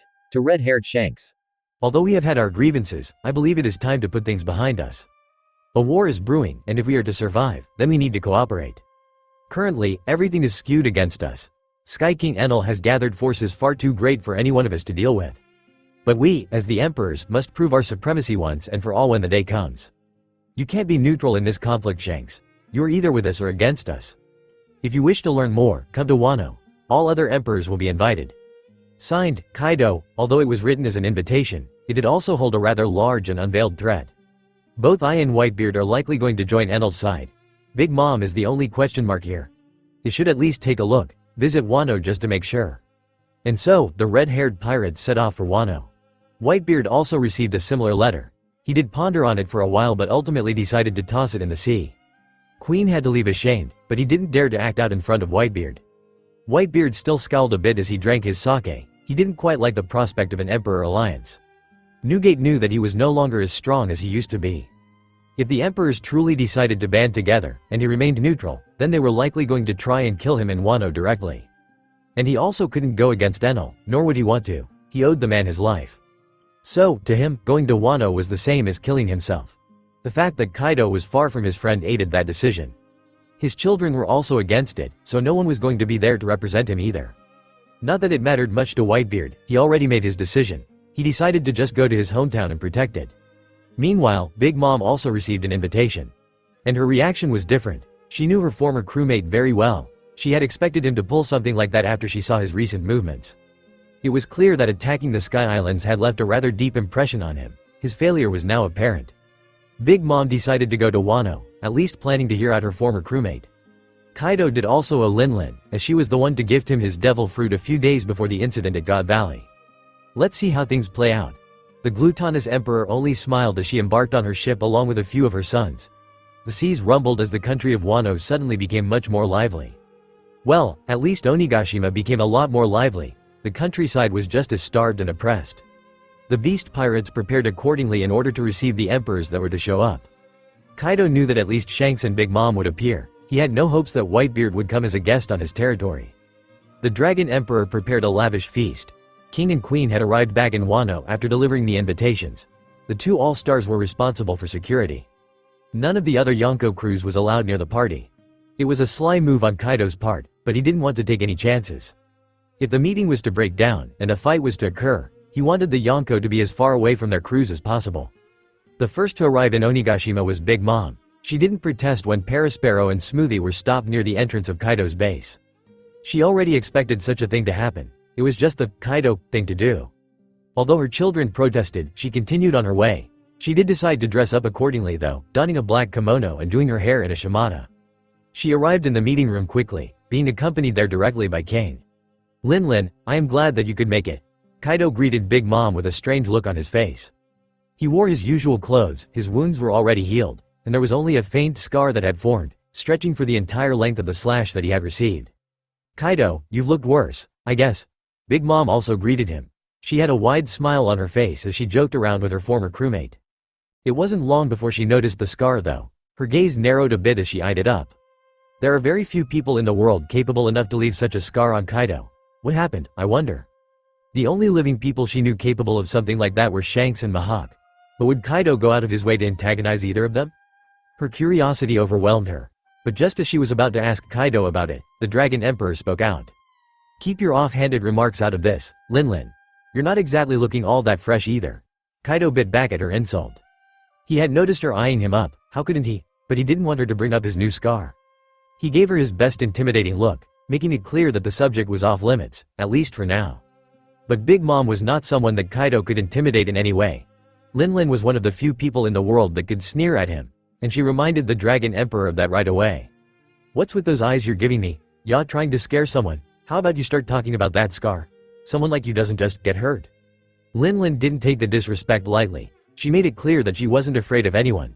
It didn't matter that she was surrounded by Kaido's crew, she was still an emperor, and they could do nothing to her. Meanwhile, Kaido himself wanted an alliance with her, at least the invitation said so why was he even displaying such arrogance? I'll explain it when the others get here as well. Kaido didn't say much more than that. Big Mom just huffed a bit before crossing her arms and looking away in indignation. At the very least he made it clear that he would satisfy her curiosity later, even if she now had to wait for the other guests. Thankfully she didn't have to wait long. It only took a few more hours for Shanks to make his way there. He didn't even bother to bring his crew over to Onigashima. He knew that there was no way they would be allowed to attend the meeting, so he didn't want to waste their time. His crew remained with the ship. They all got a break and were free to get drunk as they wished. Shanks was far from intimidated. Even if all of the beast pirates were to attack him, he would still be fine. Besides, some of his crew members were still keeping an eye on Onigashima. His first mate, Ben Beckman, was already standing on the sails and keeping the island in his sights, prepared to snipe whoever dared to raise their hand at his captain. Yasop was also alert. As the best sniper in the crew, he took a position similar to that of Ben. His observation haki was also the best, so he had his gaze fixed on the island of Onigashima before Shanks even left the crew behind. Seems Big Mom is already there, Yasop said as he pursed his lips. Yep. I didn't see her ship around here. Guess she entered the island with her crew. Beckman muttered as he tilted his head and sneered at the situation. He found the entire situation odd. He didn't trust Kaido one bit. He wasn't alone in that thought. No one in Shanks' crew actually wanted to do anything with the beast pirates. They were all enemies. Suddenly asking for an alliance just felt shady to Beckman and the rest. Will the world government really let such a meeting happen? And Beckman was right to question the lack of involvement on the government's part. Under any other circumstance, they would have gone out of their way to stop such a gathering of Yonko from happening. There were some agents stationed in the country of Wano, but they surprisingly didn't receive any orders to stop the meeting from happening. Their specific orders were to make sure that it did happen, and that the emperors banded together successfully.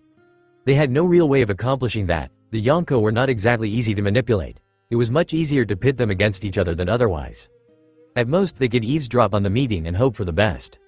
But the intentions of the elders were obvious. They wanted Kaido to form a third party in the upcoming war. And they wanted that third party to clash with Enal's growing army of monsters. Unfortunately, Whitebeard was not making an appearance. The government had no real way of forcing him to attend the meeting either. But having three Yonko together was already unprecedented. Such an alliance, if it was to come true, was bound to send waves through the world. Shanks made his entrance with a smile on his face. The cadres of the two Yonko crews almost passed out just from his presence as he passed by them. Prospero sweated a bit as he eyed the red-haired emperor. Red-haired Shanks. One of the most dangerous men alive. He feels even stronger than Mother. Prospero quickly shook that thought out of his head though. His mother was not weaker than anyone in his eyes. The lines were blurred at the level of Yonko. He was just unable to grasp Shanks' limits at first glance. Shanks ignored the Yonko crews that had gathered. Queen didn't even dare to speak out in his presence. He just gestured for the emperor to follow him after a quick bow. Lin and Kaido were both sitting at the meeting table, drinking while waiting for Shanks. Big Mom was already looking bored. Her cheeks were slightly flushed as she sipped on her sake. Kaido was in a similar state. He raised his barrel of sake and drank with a smile on his face. The atmosphere was calm, almost jovial even, as both Kaido and Big Mom seemed to become friendlier with each other when drinking. But that atmosphere changed instantly when Shanks stepped into the room. The red in Big Mom's cheeks vanished instantly as she eyed the red-haired emperor with a wary gaze. Every step that Shanks took seemed to amplify his presence in the room, to the point where both of the other attending emperors were sobered up instantly. Kaido was the first to greet Shanks. Red Hari, Akagami, thank you for deciding to attend this meeting. Kaido nodded appreciatively to his enemy. Shanks gave the Dragon Emperor a wide smile as he walked over to them and sat down. They had thankfully prepared a normal-sized chair for him. It was strange to receive such a letter. I must say that I was not expecting such a thing to happen. Shanks then eyed the scar-so's skin. But the need for an alliance does seem warranted now that I see your state. It certainly is a cause for concern, isn't it? Big Mom said as she nodded towards the red-haired emperor. Let's not get into this right away. First off, are you both aware of the upcoming war? Kaido decided to get into the meeting right away. Shanks nodded when hearing that. He appreciated getting straight to the point of the meeting, as he didn't feel the need to make friends with the two Yonko present. I did hear plenty about it. The government's been going crazy lately. I don't think it's ever been this bad. Big Mom took another sip of her sake barrel as she narrowed her eyes once more. Their reaction does seem a bit extreme, Shanks said as he crossed his legs and tilted his head. Extreme, but it is warranted. Kaido sneered a bit as he caught the attention of both emperors. Shanks already knew what the dragon was about to say, but his next words came as a bit of a surprise for Big Mom. Enel has gathered an army powerful enough to take over the world. An army containing both legendary pirates, former marines, and revolutionaries. Kaido clenched his fist as he looked at his new scar. Among their ranks, there are plenty of notable figures. The former admirals and marine hero, the entire revolutionary army, including Dragon. But the most dangerous ones are the pirates. Kaido continued to go into detail about the powers present in the Sky Island, his voice becoming grave as he started speaking about pirates. First off, there's Enel himself. I couldn't get a proper grasp on his power, but he should be strong enough to face off against either one of us, at least. Then, there's the Golden Lion Shiki. His presence makes attacking the Sky Islands nigh impossible.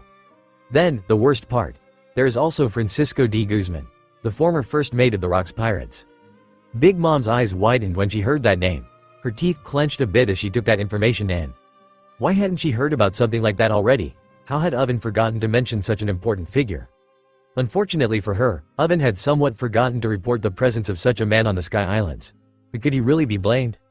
Legendary figures were a dime a dozen on the Sky Islands. He didn't know every single person that walked around there, and snooping around would definitely put him in a bad spot.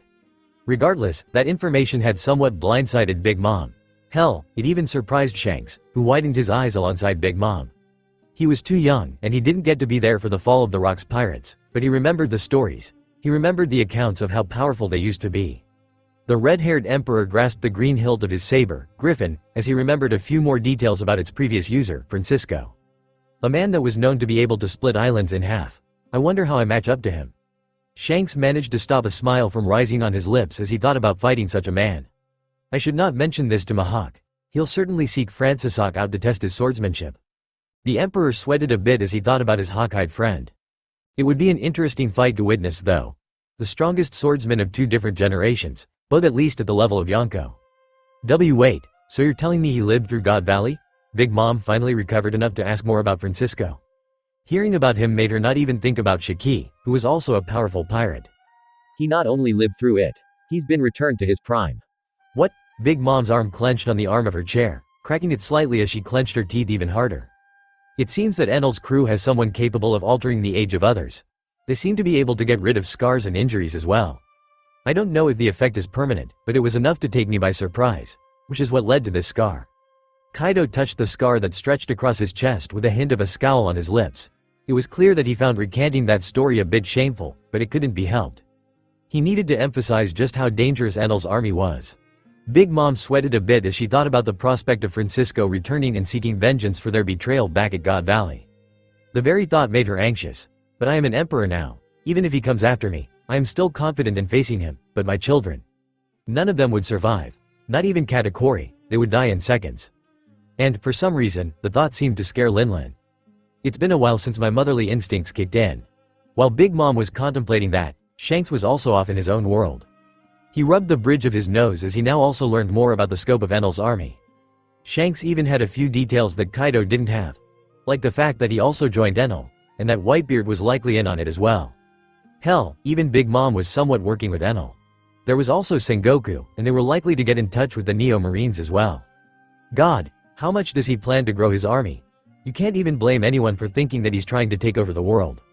Kaido judged the reaction of the emperors and smiled. This is why I called this meeting. The first of its kind. If we don't want to get trampled, then we need to stand together. That is why I invited everyone here. I want to make an alliance. Kaido slammed the barrel of sake he was holding on the ground in front of him as he uttered that word for the first time in the meeting. Alliance, the very reason he had called in the Yonko. But was the meeting really going to go as he expected? I want to make an alliance. Kaido's voice reverberated throughout the meeting room as the other two Yonko pondered on his words for a bit. Shanks was mostly just pretending to ponder the situation a bit more. He was already Enel's ally. He had already resolved to follow Enel's steps in the war. Joy Boy's rise was not going to be affected by that either. Shanks was content with whatever happened as long as Luffy got to reach Laugh-Tale and become the Pirate King. Hell, all of Roger's living crew had been preparing and training Luffy to take up that mantle. It was set in stone from the moment Luffy had eaten the Sun God Devil fruit that was meant for Roger's son. Now, Shanks was no longer in control of the situation in the New World because of Enel. But Enel himself seemed to not wish to hamper Joy Boy's rise. Hell, he was Luffy's friend if anything. Shanks had yet to breach that subject to him though, but just being Luffy's friend meant that he wouldn't get in the way. As the red-haired emperor was pondering those things, Big Mom had already made her decision. "You know what, for old time's sake, I'll be joining you." Big Mom smiled widely as she crossed her arms. Kaido immediately smiled when hearing that. Normally, forming an alliance with one Yonko would have been enough for him to become the Pirate King and even start the war that he had dreamed of. But now it simply wasn't enough. Not enough to stand a chance of winning, not even close to it. Even so, having Big Mom on his side of the table at least gave him some hope. Hope that he wouldn't die a senseless death. He wanted a good death, a fair death. The upcoming war was going to be a one-sided massacre from what he could see, but now they could at least hope to put up a fight. Good, good. Kaido's voice boomed once more. The walls around them shook from his excitement. Big Mom just scoffed and started picking at one of her ears. "Stop being so loud, dumbass," she muttered before scowling and taking another sip of her drink. Kaido coughed a bit in his fist and turned to Shanks. Big Mom's gaze also turned towards the red-haired emperor. It was clear, they were both waiting on an answer. And from the tense atmosphere, Shanks could somewhat guess what would happen if his response was a negative one. But he had expected such a thing from the moment he decided to attend the Yonko meeting. The red-haired emperor knew that he needed to make a decision at that moment. Either fight Big Mom and Kaido at that moment, or join at least on the surface. Enel will certainly be interested in this development. Shanks smiled as he decided to give the other two people present in the room his answer. "Although I don't usually involve myself in such matters, I will still agree. The situation in the world spiraled far out of my comfort zone after all." Kaido and Big Mom both smiled when hearing his response. "Woro ro ro ro ro. Ma ma ma ma." The two emperors started laughing loudly, Kaido first, with Big Mom following in his footsteps as if she was getting carried away by the atmosphere. "Hey." Shanks also smiled a bit, slightly amused by the situation as he wondered how the world government would react to such an alliance happening. Though from what he understood, it was likely just water under the bridge at that point. To Shanks, it was going to be more entertaining for him to hear Enel's reaction. If only he could deliver the news in person. Enel's face was always expressive. The three emperors then got to drinking, Shanks included. Even if he didn't truly join them, he still needed to act the part. It certainly wasn't that he had a drinking problem. Fuhihihi. Kaido's cheeks flushed as his expression became slightly comical. The sake was finally getting to him, as he opened his mouth to speak. "Enver thought I'd see the day. I'd walk with you, red hair." His speech was slightly slurred, but Shanks could still understand him. "Yesh, we didn't get along that well, ain't that right?" Shanks spoke out as he gave Kaido a goofy smile. Kyoto laughed a bit more as he looked at the red-haired emperor. "All in the past." Fuhihihi. Kaido laughed a bit more, and the party continued. He was willing to forget past conflicts, to disregard all grievances. Shanks found it truly odd. Is an alliance really that important to Kaido? What the hell is it that's driving him? Shanks was going to have a fun time finding that out, and he planned to. After all, he wanted his reports of the situation to be as detailed as possible. The three emperors continued celebrating for a few hours before Shanks and Big Mom had to return to their respective crews to give them all the good news. As soon as they left, the red in Kaido's aged face vanished. Instead, his eyes narrowed and a sneer rose on his face. Will this be enough for the war? Three emperors banding together, a force that had the potential to shake the world's foundations, but was it enough? Only time could tell, and time was telling Kaido a lot of things. Thanks to time, Kaido knew that Enel didn't have the same plan as him. He didn't want to start a war in order to face off against the powers that ruled the world. He wanted to fully crush them. To him, the war that the Sky King planned to start was nothing more than a tyrant overthrowing another. There was no such thing as freedom in any of the futures he could foresee. Even with Enel's presence in the world, nothing had changed. Maybe the climate had changed a bit, and the balance in itself was becoming skewed. But one thing remained the same. The weak still suffered, even more now, and the powerful still ruled with an iron fist.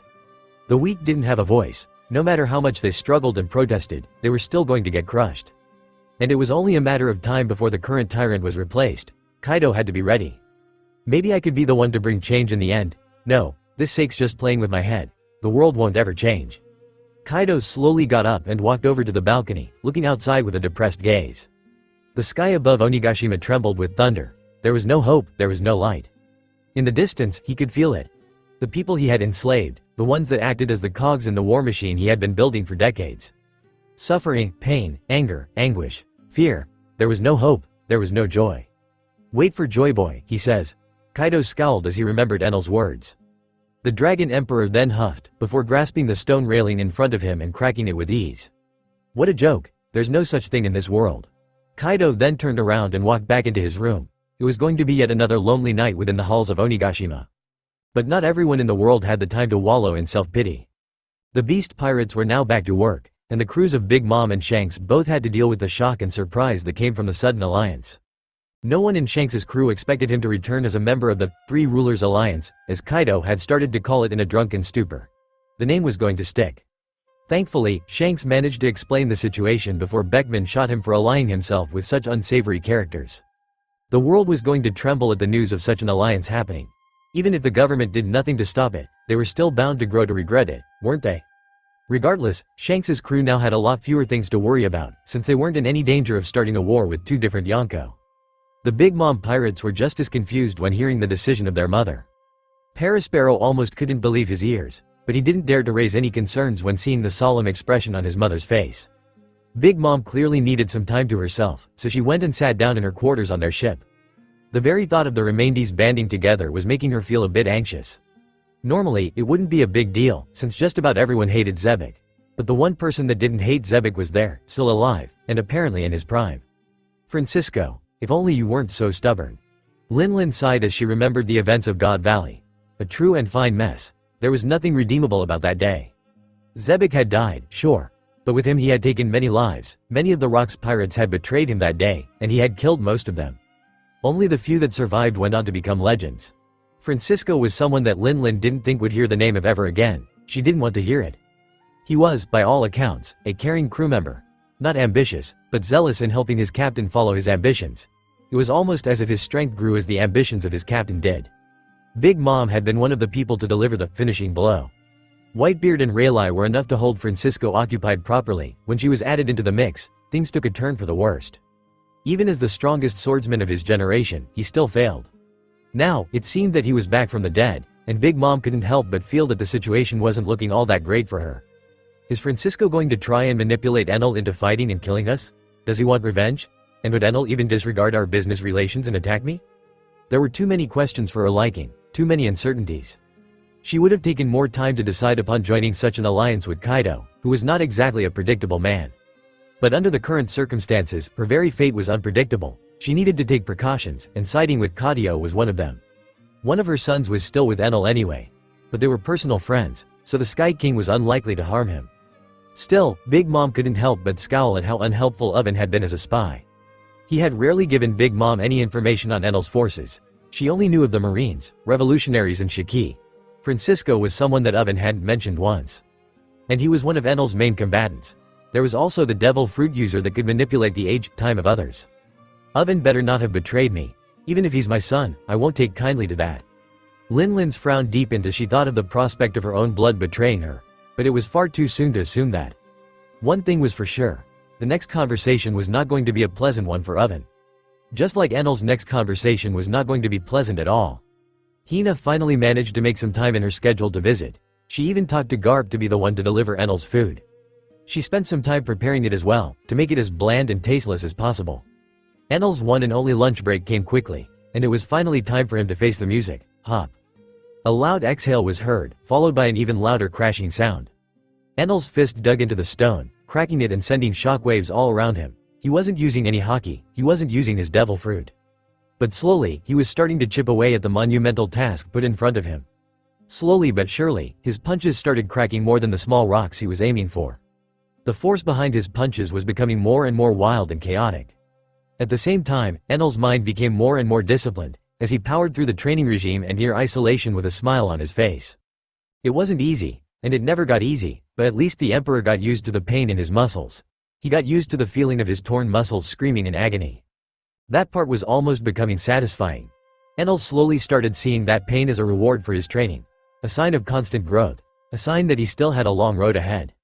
Enel knew that he was unlikely to finish his training in the year he had mentally given himself. But he wanted to at least give it his best, and come out a much stronger man. To him, growing stronger felt like one of his few paths of progression left. He planned on visiting the grave of the Thunder God in the future, but he wanted to do it only after Luffy was also set on his journey. That way, both Nika and Raijin would return at around the same time. It just felt more poetic that way, and Enel doubted he'd even be able to awaken his devil fruit with such a weak body anyway. So, he decided to power through the training. This was the method that Garp had used to train himself. By his own admission, he had destroyed 7 mountains in the course of 2 years using that same method. It just went to show just how monstrous Garp truly was. A freak of nature by all definitions. At first, it was also slow for him, but he slowly got better and better, and by the end, he could break down a mountain in less than half an hour. A few well-placed punches were all it took for him to shake an island to its very core. Enel hoped to be able to reach even a quarter of that strength before attempting to awaken his devil fruit. But that was going to take a while to pull off. His lunch break came quickly. At that point Enel knew when to stop before his food even got there. But this time, things were a bit different. Instead of the ground shaking because of Garp's arrival, a more lithe figure sailed through the clouds on a scooter. A woman wearing a marine coat and a violet costume showcasing a bit of cleavage. Her pink hair was definitely her most noticeable feature. The Lightning Emperor immediately realized who he was looking at, and he sighed as he realized that he had somewhat harmed her with his secrecy. Hina landed on the island near Enel. Her eyes immediately found the man she had been looking for. Her mind began to race as she saw him sitting on a few rocks, his arms crossed and his eyes locked onto hers. She felt a mix of emotions flooding her body: anger, hurt, betrayal. Seeing his calm face made her want to punch him. But at the same time, she held back, not wanting to start off their conversation in such a way. Enel looked at her, and for a moment, the two simply stared at each other. The tension in the air was palpable, and the silence between them seemed to stretch on forever. Finally, she broke the silence. Enel. Or should I say, Emperor Enel. Her voice sounded a bit hurt, though she seemed to be hiding her feelings, speaking coldly as her icy gaze studied Enel's tired body. Don't call me that. Just Enel is fine. We are friends at the end of the day. Enel smiled a bit as he met her gaze and nodded. Hina's reaction was not that great, unfortunately. Friends don't keep such secrets from one another, she said, her voice barely above a whisper. It was exactly what the Emperor had expected to hear. She was, after all, one of the people that he had disappointed most with his departure from the Marines. Enel looked down at his hands, unable to meet her gaze. I know, he replied, his voice filled with regret. I'm sorry. I never meant to hurt you. Hina took a step closer, fearless, her eyes never leaving the Emperor. You lied to Hina. Hina vouched for you. Hina trusted you, her voice trembling with emotion. You made Hina believe in you. Then you threw everything away and ruined the Marines in the process. How could you do that? The Emperor finally stood up, his eyes finally meeting hers. I didn't wish to get you all involved in this mess at first. I hoped that you would all stay safe. I did everything in my power to help as many Marines as possible, even back then. I didn't want to put you all in danger. I hoped I would be able to talk the Navy into staying out of this war later down the line. But it seems that fate has other plans. Hina felt a wave of emotion wash over her as she looked into his eyes. She saw the pain and regret in his gaze, and for a moment, she felt a flicker of forgiveness. But then the memories came flooding back, the lies, the deception, the betrayal. She clenched her fists, thinking of lashing out at him, of finally taking out her repressed anger on him. A rage that had been bubbling and boiling for quite a while. Yet, she couldn't find it in herself to hurt the man in front of her. Not when seeing his friendly gaze, not when remembering the time they had spent together. You have all the right to be mad at me. I won't blame you even if you try to hit me, I won't even fight back. Know that whatever happens, you will still find a friend in me, even in your darkest hours. Enel's soothing voice washed over her, forcing her to look away for a moment. His words were what sealed the deal for her. She simply couldn't stay mad at him. Hina won't need your help. Hina will become stronger. At that point, Hina could just turn around and leave, throwing Enel his food as he watched her back with a startled gaze. That could have gone better. Although the Emperor thought that, in reality, it couldn't have gone any better. Hina had come towards him with the worst thoughts possible.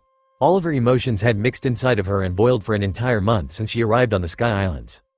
But his words managed to turn her around completely. His honesty and goodwill had paid off. Maybe she was too trusting for her own good, but she immediately gave Enel a second chance, and she immediately went back to training.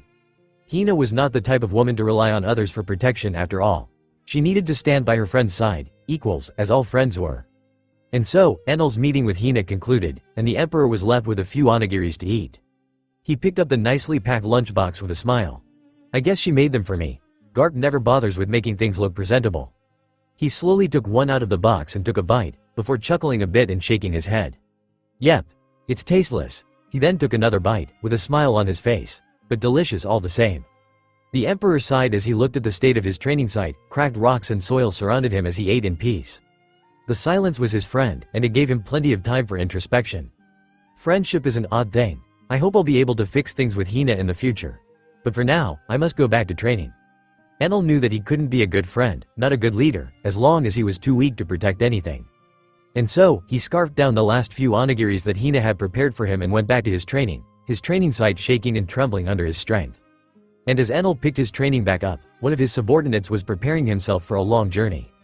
"Oi, Francisco, are you sure this is a good idea?" Shiki asked his old friend as he floated in place. In front of the Golden Lion was a small ship, a dinghy loaded up with supplies. "Yep. You know he's sitting in the same place for too long. Men like me requires a change of scenery from time to time." The old swordsman sighed as he buttoned up his white shirt fully and placed a regular cutlass on his belt. "Maybe, but I don't know if it's a good idea. What with all the shit going on in the lower seas?" The Golden Lion spoke in a bit of an uncertain voice. He couldn't help but sigh as he hated the fact that he was now acting as the voice of reason between the two of them, and that was never a good sign. "Shiki, we both know I'll be safe wherever I go. Besides, I happen to have a quest as well this time." Francisco gave the Golden Lion a confident smirk as he swept his golden locks backwards. "It's not you I'm worried about, but everyone else." Shiki wiped some sweat from his forehead as he gave Francisco the stink eye. The old swordsman seemed to be able to read the Golden Lion's thoughts, as he responded to his gaze with an amused smile. "Come on now, old pal. You know I'll stay out of trouble. I do have some things to take care of as well. I've been postponing them for a while now." Francisco sighed a bit by the end. Shiki couldn't help but roll his eyes at that. Still adamant about finding that greedy bastard's body? "Fine, you do you, I guess. It ain't my business, but try not to attract too much attention to yourself while down there." Shiki then clapped his hands, and the seas in front of them seemed to shift, earth coiling into them and forcing the waters to part ways as Francisco's small boat started floating as well. The old swordsman laughed a bit as he jumped and landed on his boat with little trouble. "I'll look out for anything interesting, who knows, maybe I'll even find a sword, or visit a few old friends. Not going to make any moves without the captain's permissions anyway." Francisco shrugged as Shiki floated near his boat. The two of them were slowly descending to the lower seas, passing above the red line without any issues. "I bet. I won't say anything useless, you can take care of yourself. Go easy on old Whitebeard, he's not a bad guy." Shiki shook his head as they slowly reached the wavy seas of the Grand Line. "Ha! I can't even blame him considering the circumstances. Zebek did hold all he cared about hostage. I do want to meet him though, he's an old friend, much like you." Francisco didn't seem to have any spite or hatred on his tongue as he spoke of Edward Newgate. "An old friend that stabbed you in the back. Whatever though, he won't get into conflicts with a Yonko without asking for permission first, he's just that loyal." "Sure thing. Anyway, off you go." Shiki crossed his arms as he plopped Francisco's dinghy onto the seas. "Good luck, Golden Rat. Look out for our home while I'm gone." Francisco waved at the Golden Lion as he started rowing, his strength sending waves through the waters with every move. "Look out for it, my ass. Even if I go into hibernation, we'll still be fine with how much power there is in this army."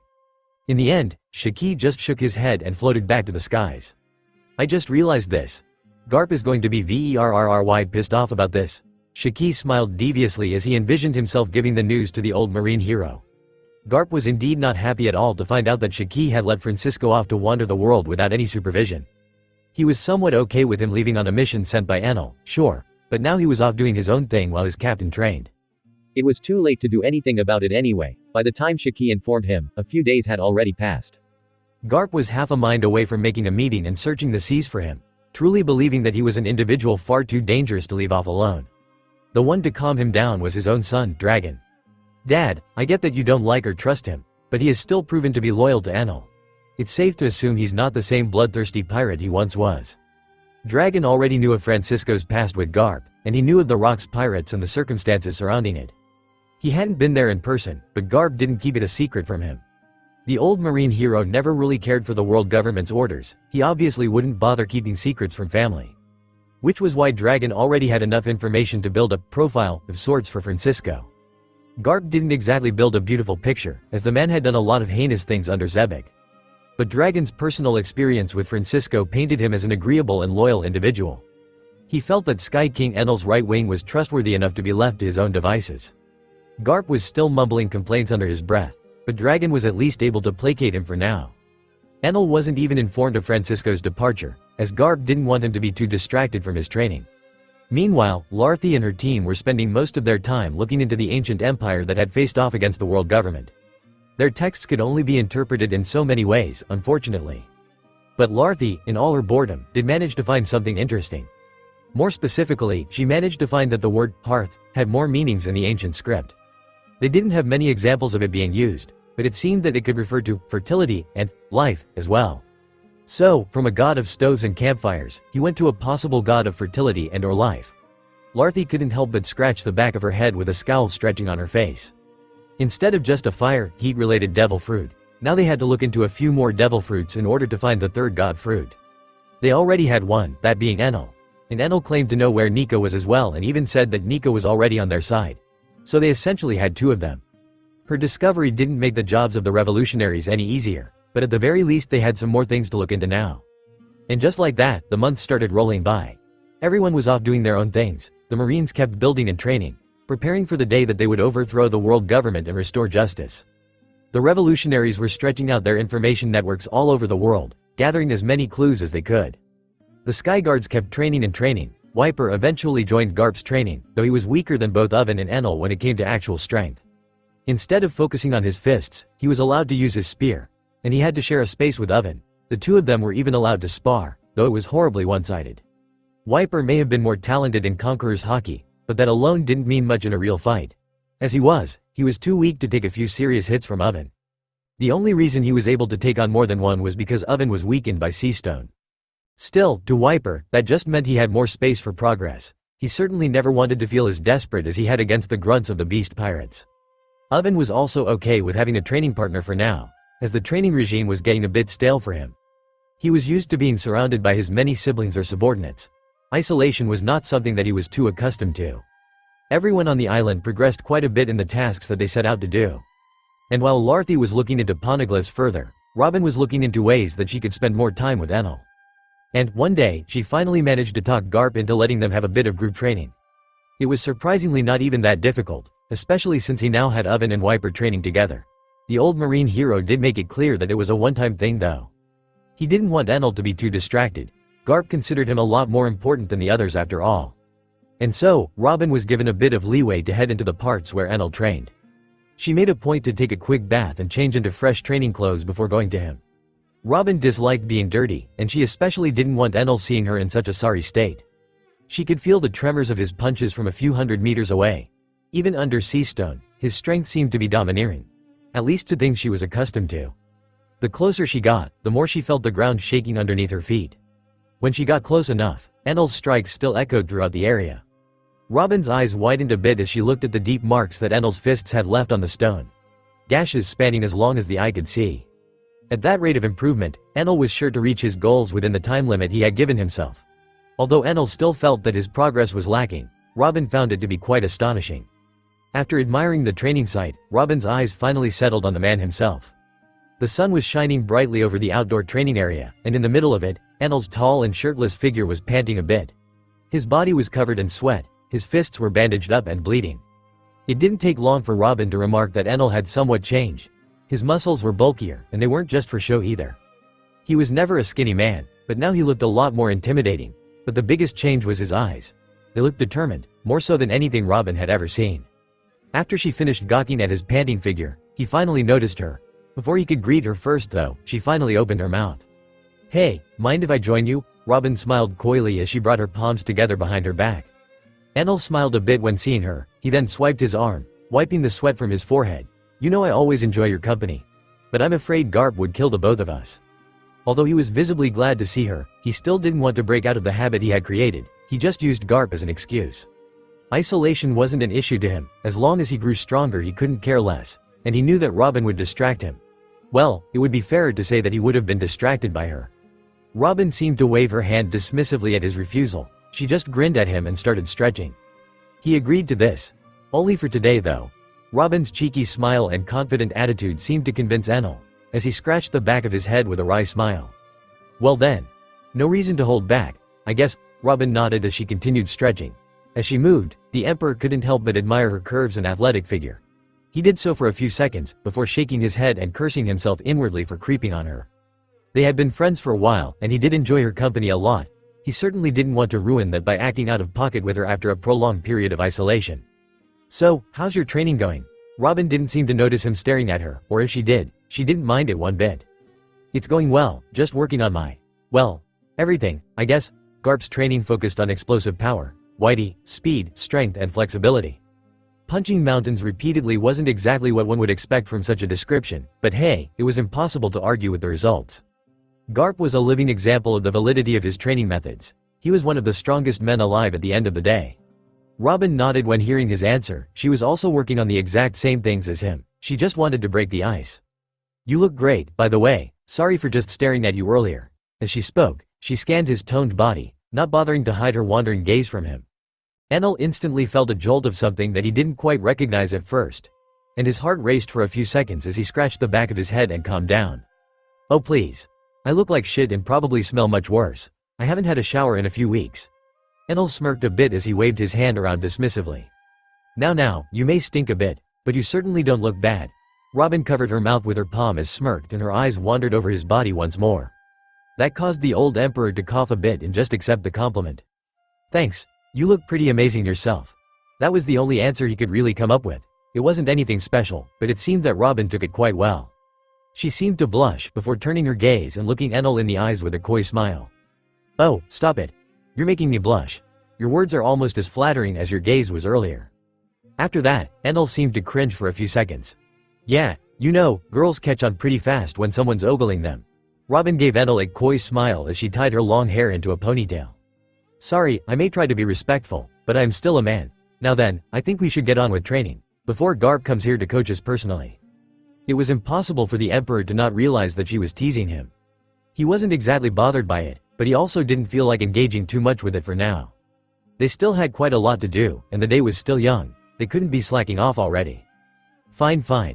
By the way, I don't mind you looking." Robin smirked once more as she turned around and flicked her ponytail towards Enel's abs. He stood there for a few seconds, as she walked over to one side of the field and started training by herself, going through the motions of fishman karate towards a large rock. Enel just sighed as he walked over to his own side and clenched his fists, getting into a boxing stance. His style was more of a mix between marine-issued martial arts and the styles that he had seen on Earth. After a bit more punching at stones, the two of them did get to training each other. It was mostly Enel coaching her, and helping her use some of the rokushiki even while weakened by sea stone. The two of them talked a lot more about their time during that training. Both of them didn't seem to have any troubles with the isolation, but they did have issues with the repetitiveness of the task they were doing. Alas, they had to suck it up and continue. It was too late to back out for either of them, and Robin had already resolved to become stronger before going back to sailing with her crew. Eventually, day turned to night, and both Enel and Robin were left panting on the ground, as they finally reached the final stretch of their training day, when they could finally sleep. This was a lot more bearable than usual," Robin said through her panting, as she looked at Enel, who was laying down beside her. "Indeed. You're good company, Robin," Enel said as he smiled towards her, his earlobes shooting into the ground as he stood up forcefully. Robin blinked a few times as she stopped herself from blushing at his honest compliment. "What's up?" She looked up at the giant man as he stretched a bit and slowly crouched down near her. "Nothing much. Just taking you back to your bed." Enel smiled as he slowly picked her up. Robin was shocked, but she didn't protest at all. He surprisingly didn't sling her over his shoulder like a sack of potatoes as he did back when he was training her on Baltigo. This time, it was a princess carry. Well, at least an attempt at it. It was only now that Robin realized just how big Enel's hands were. One of his palms was holding onto both of her thighs, while the other seemed to be able to support her back without any issue. Although it felt like a princess carry to her, it was more as if he had made a chair for her out of his hands, and he just happened to keep her relatively close to his chest, which she leaned on. It did manage to warm her heart regardless. This time, she couldn't even suppress her blush as she felt him touch her directly. He didn't smell nice. That couldn't really be helped though, as his accommodations weren't as good as hers. He didn't even have a bed, let alone a place to take a proper bath. She could get over the smell quite easily though, especially since Enel was a great person in Robin's eyes. For a second, she wanted to propose sleeping with him in the wild, on his side of the mountain, but she didn't want to ruin a good day with rejection. She was making good progress. She didn't feel the need to rush things. After a few dozen minutes of walking, Enel finally reached the makeshift cabin that was given to Robin. She snuggled up to his chest one last time before he placed her on her stone bed gently. "Good night," he muttered as he noticed her fall asleep almost instantly, a satisfied smile stretching across her face. The Emperor couldn't help the smile that surfaced on his own as he turned around and left. I hope Garp lets her interrupt my daily routine more often. And while Enel was training, daydreaming about Robin, his right wing hand was currently traveling in a very precise and skillful manner.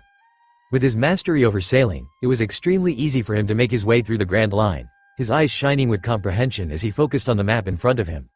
At least such would be the story if Francisco had any skill in navigation whatsoever. Yeah, I'm lost.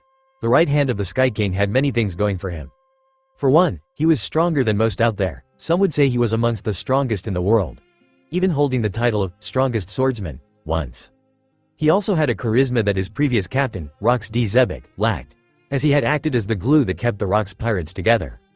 He also had plenty of knowledge regarding engineering and shipbuilding, as he had built a Pluton cannon once. However, there was one thing he was a particular flaw with him. He always believed in the delegation of tasks between crewmates. So he didn't bother learning too many skills from other professions, instead focusing on the things he actually had a talent for. Now, this wasn't exactly a flaw under normal circumstances, but he was currently sailing by himself, with only a map, an eternal pose for home, and a 3-needled log pose set on a random island that Shiki couldn't remember. So where exactly was he going? That he was about to find out. Even as he saw the island in the distance, he still didn't have any clue where he was on the map. He couldn't recognize it at all. But he was hoping to find some information on said island, despite it looking to be a random wild island. He was currently sailing on the calm belt, but there were plenty of islands on the calm belt, and he had been twirling around in circles for a while now, so he really couldn't make sense of where he was. The calm belt at least allowed him to travel in a straight line. Still, sailing on it also meant that he needed to be careful. He had tried sleeping before, only to wake up capsized and almost in the mouth of a sea king. It was a precarious situation, but at least Francisco now had extra food in the form of sea king meat. First order of business. Try to rest a bit. Next thing, try to find any locals and ask for directions. And the second his rowboat dragged its wooden body on the sandy shores of that random island, Francisco put on his backpack and jumped onto a random tree, falling asleep almost instantly. And sleep he did. For around an hour or two.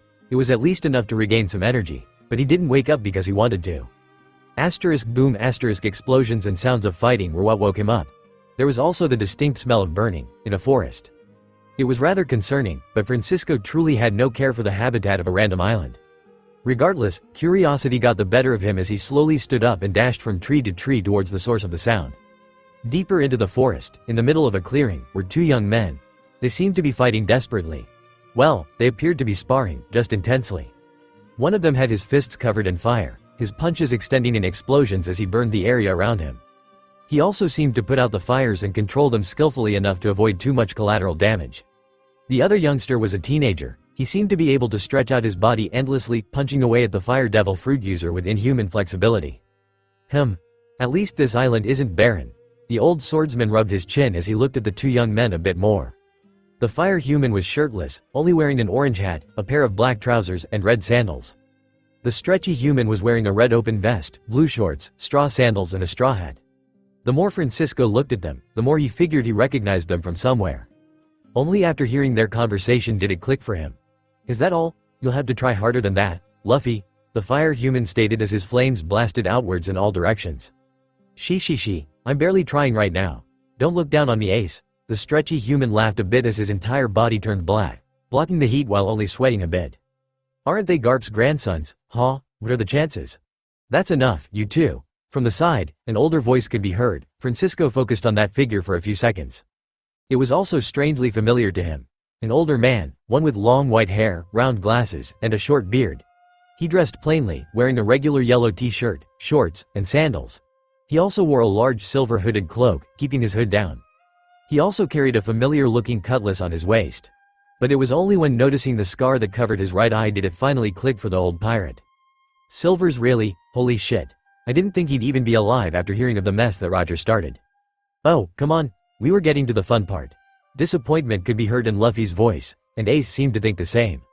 Now, you still have to train your conqueror's haki. I get that you want to spend more time with your brother before he leaves the island, but we can't neglect your training.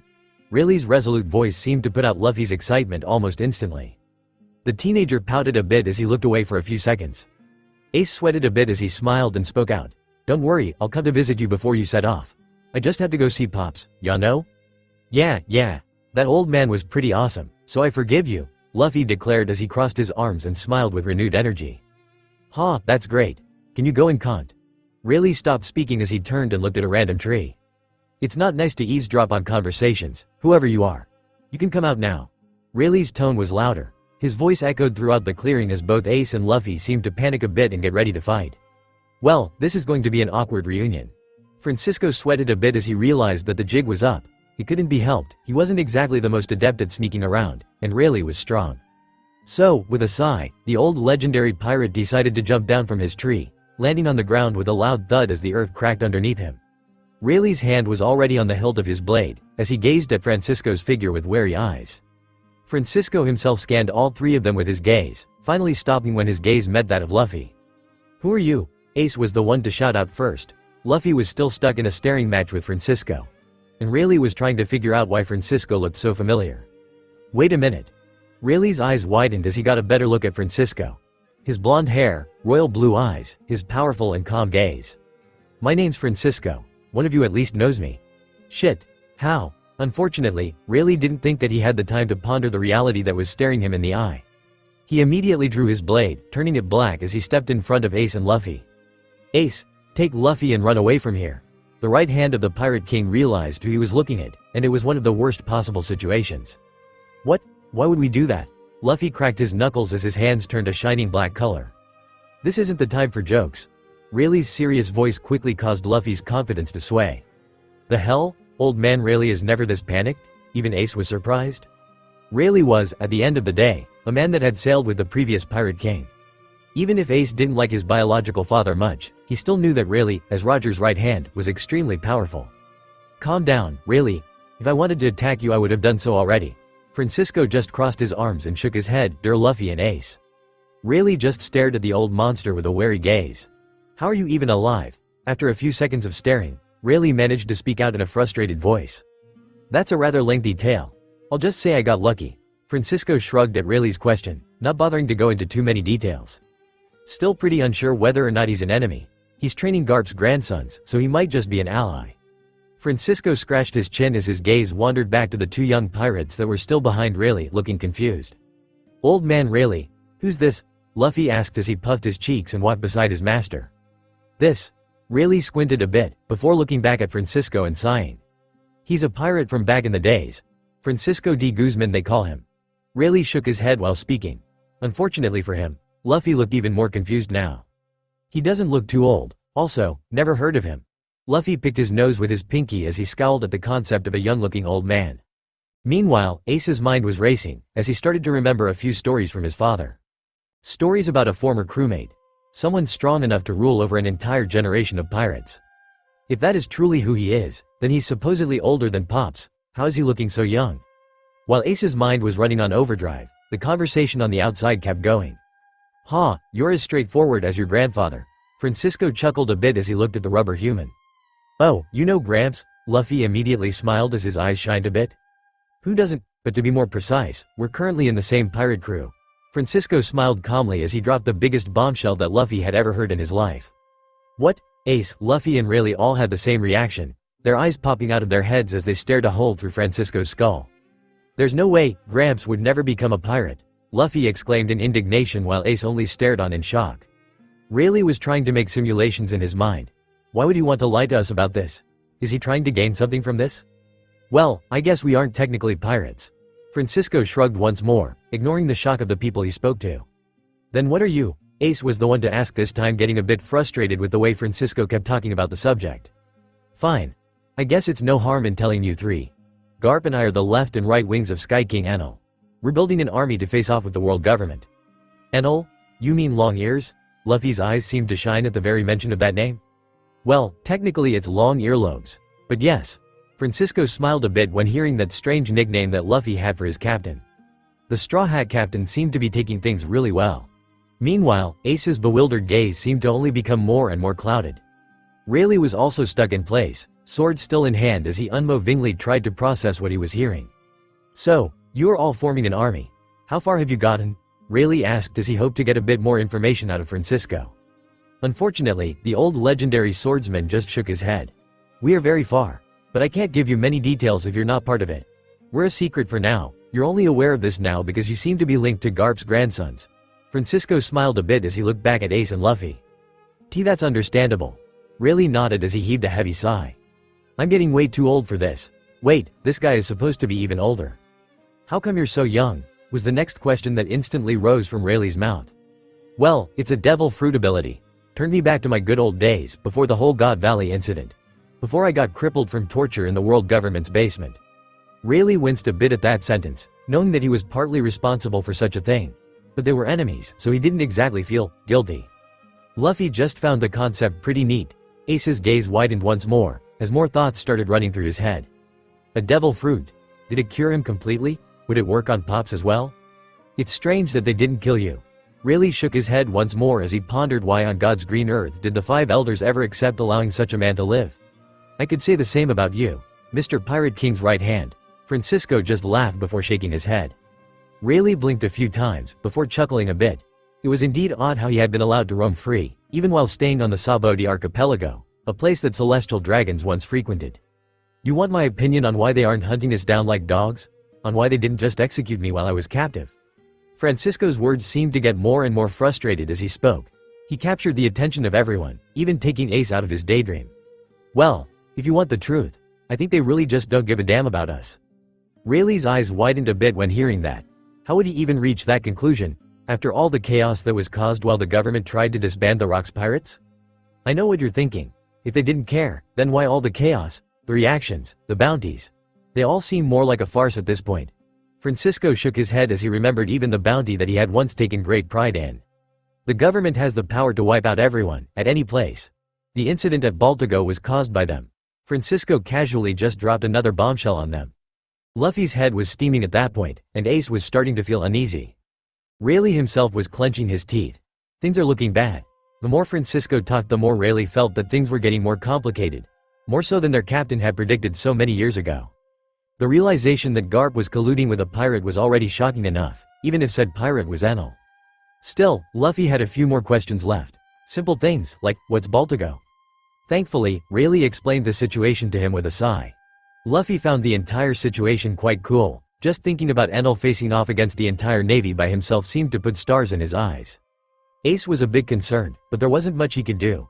His little brother had grown to admire the man that he called Long Ears.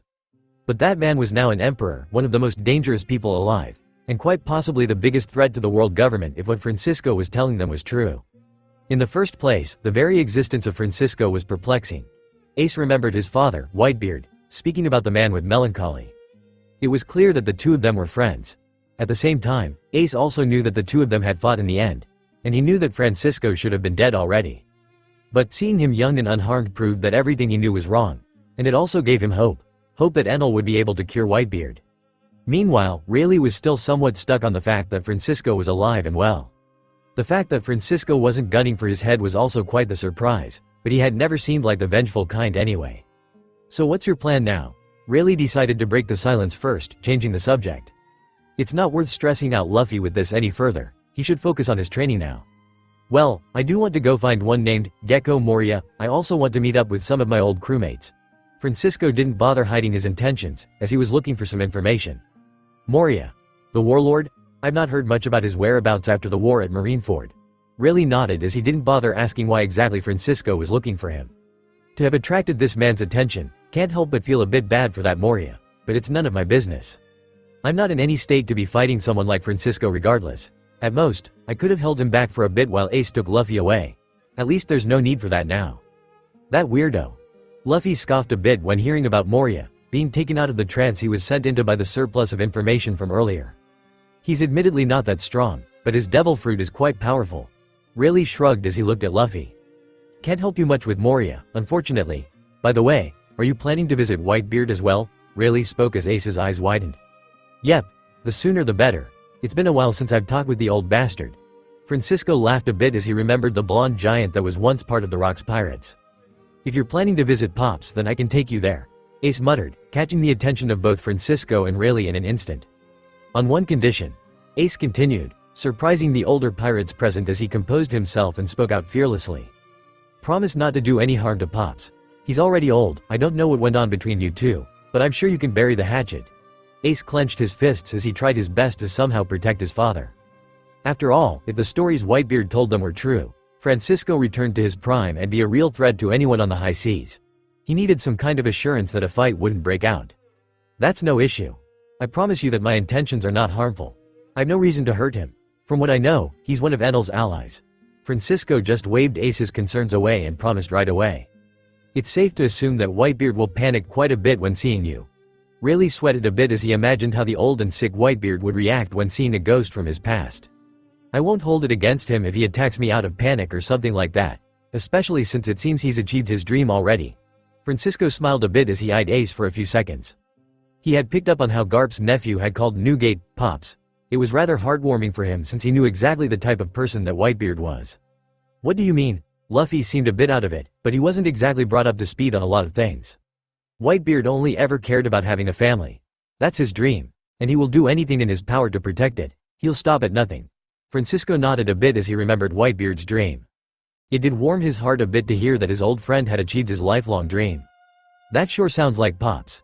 Ace smiled a bit as he imagined Whitebeard springing into action to protect his children the second Francisco appeared on the horizon. Hey, that old guy is pretty awesome though. He just swung his fist and the whole island trembled. Luffy seemed to imitate Whitebeard's movements for a moment, looking a lot like a child, which he was. Hey, of course, Pops is awesome. Whitebeard's always been a monster. He's from our generation after all. Both Ace and Francisco seemed to agree with Luffy. Meanwhile, Rayleigh just shook his head. Of course, that generation had too many monsters rise from it. Even Roger was one good example, who had grown to deserve the title of King of Pirates. Luffy, I think that's enough playing around. You still have a lot of training ahead of you. Rayleigh decided to be the one to break the jolly atmosphere. She, of course. Luffy laughed as he cracked his neck and sighed. It was nice meeting you, blonde sword guy. Tell Enal that he can still join my crew if he wants to. The rubber teenager ran off immediately after that, probably off to hunt some wild beasts. He left behind a rather flabbergasted Francisco. The old pirate wasn't quite sure what to think of a newbie pirate asking a Yonko to join his crew. Ignore my little brother, he's always like that. Ace, fortunately, managed to take his mind away from it before it imploded. Francisco just smiled with a bit of amusement. That's quite an interesting family you all have here. Would expect nothing less from both Whitebeard's and Garp's families. Rayleigh also smiled from the side. If only you knew. Ace is also Roger's son. They are a lot weirder than you could ever imagine. Regardless, Rayleigh had been happy to spend some time with Roger's biological son after so long. In a sense, Ace reminded him of Roger, but not in every aspect. For example, Luffy was a lot more similar in character to Roger. Meanwhile, Ace was almost the spitting image of Roger in his youth, but a lot more hot-headed. Ah, how time flies. The two of us should be off soon. I'll go prepare the boat. I'll come to visit later, ol' Ray, Ace said as he looked at Francisco and Rayleigh. He then started walking in the opposite direction of Luffy. His departure broke both of the old pirates from their trances. Oh, I still had to go and prepare food for Luffy. Rayleigh sighed as he then took another look at his old enemy. Of course. It was nice seeing you again, Rayleigh. Good to see a familiar face, even if we weren't all that friendly in the past. Francisco crossed his arms and started trailing behind Ace, whose back had already disappeared in the distance. Nice, huh? You've always been an odd person. Well, I can't say it was a bad reunion. If anything, I would have imagined a meeting between the two of us going much worse. Rayleigh shook his head as he gave Francisco's back one last look. Francisco, please make sure to protect Ace. He's still young and impulsive, but he's a good kid. Rayleigh felt the need to ask such a thing of Francisco. Something just told him that Ace Gas going to bring a lot of trouble. He just wanted some assurance for his old captain's last living relative. Don't worry. As if I'd let Garp's nephew and one of Edward's sons to just die on me. Nothing will harm a hair on his head as long as I can help it. Francisco didn't even turn around, he just waved at Rayleigh as he walked off. Rayleigh smiled before shaking his head and going off on his own way. Their reunion was short-lived, but somehow, Rayleigh knew that it wouldn't be the last time he'd run into Francisco. Well, it didn't seem like such a bad thing regardless. Just like that, Ace and Francisco embarked on a journey together, while Luffy continued his training with Rayleigh. But while Ace and Francisco were just setting sail, someone else was already almost at their destination. A gigantic fleet, hoisting countless Jolly Rogers atop their masts, all heading for one little island near the beginning of the New World. A poor and small island that couldn't even afford to be part of and under the protection of the world government, the island of Sphinx. And at the very front of that fleet was a gigantic warship, one having the wooden head of an azure dragon sculpted as its figurehead. It hoisted the Jolly Roger of none other than the Beast Pirates, and the purpose of their expedition was rather straightforward. Kill the strongest man alive. To Kaido, Edward Newgate was a thorn in his side. He had refused to join the Emperor Alliance, and the Dragon Emperor wasn't willing to bet on his chances of Newgate croaking before the war happened. I'd much rather make sure he and his crew aren't going to be an issue during the war. Kaido had not invited the other two Yonko that were allied with him for this expedition, and that was for one good reason, settling a score. I'll take this chance to show the world that only one man in this world deserves to be called the strongest. There were no Shanks to protect Whitebeard this time. Hell, Kaido hadn't even bothered notifying his allies of his intentions. But all of the pirates he had subjugated were joining him. Together, they numbered in the thousands.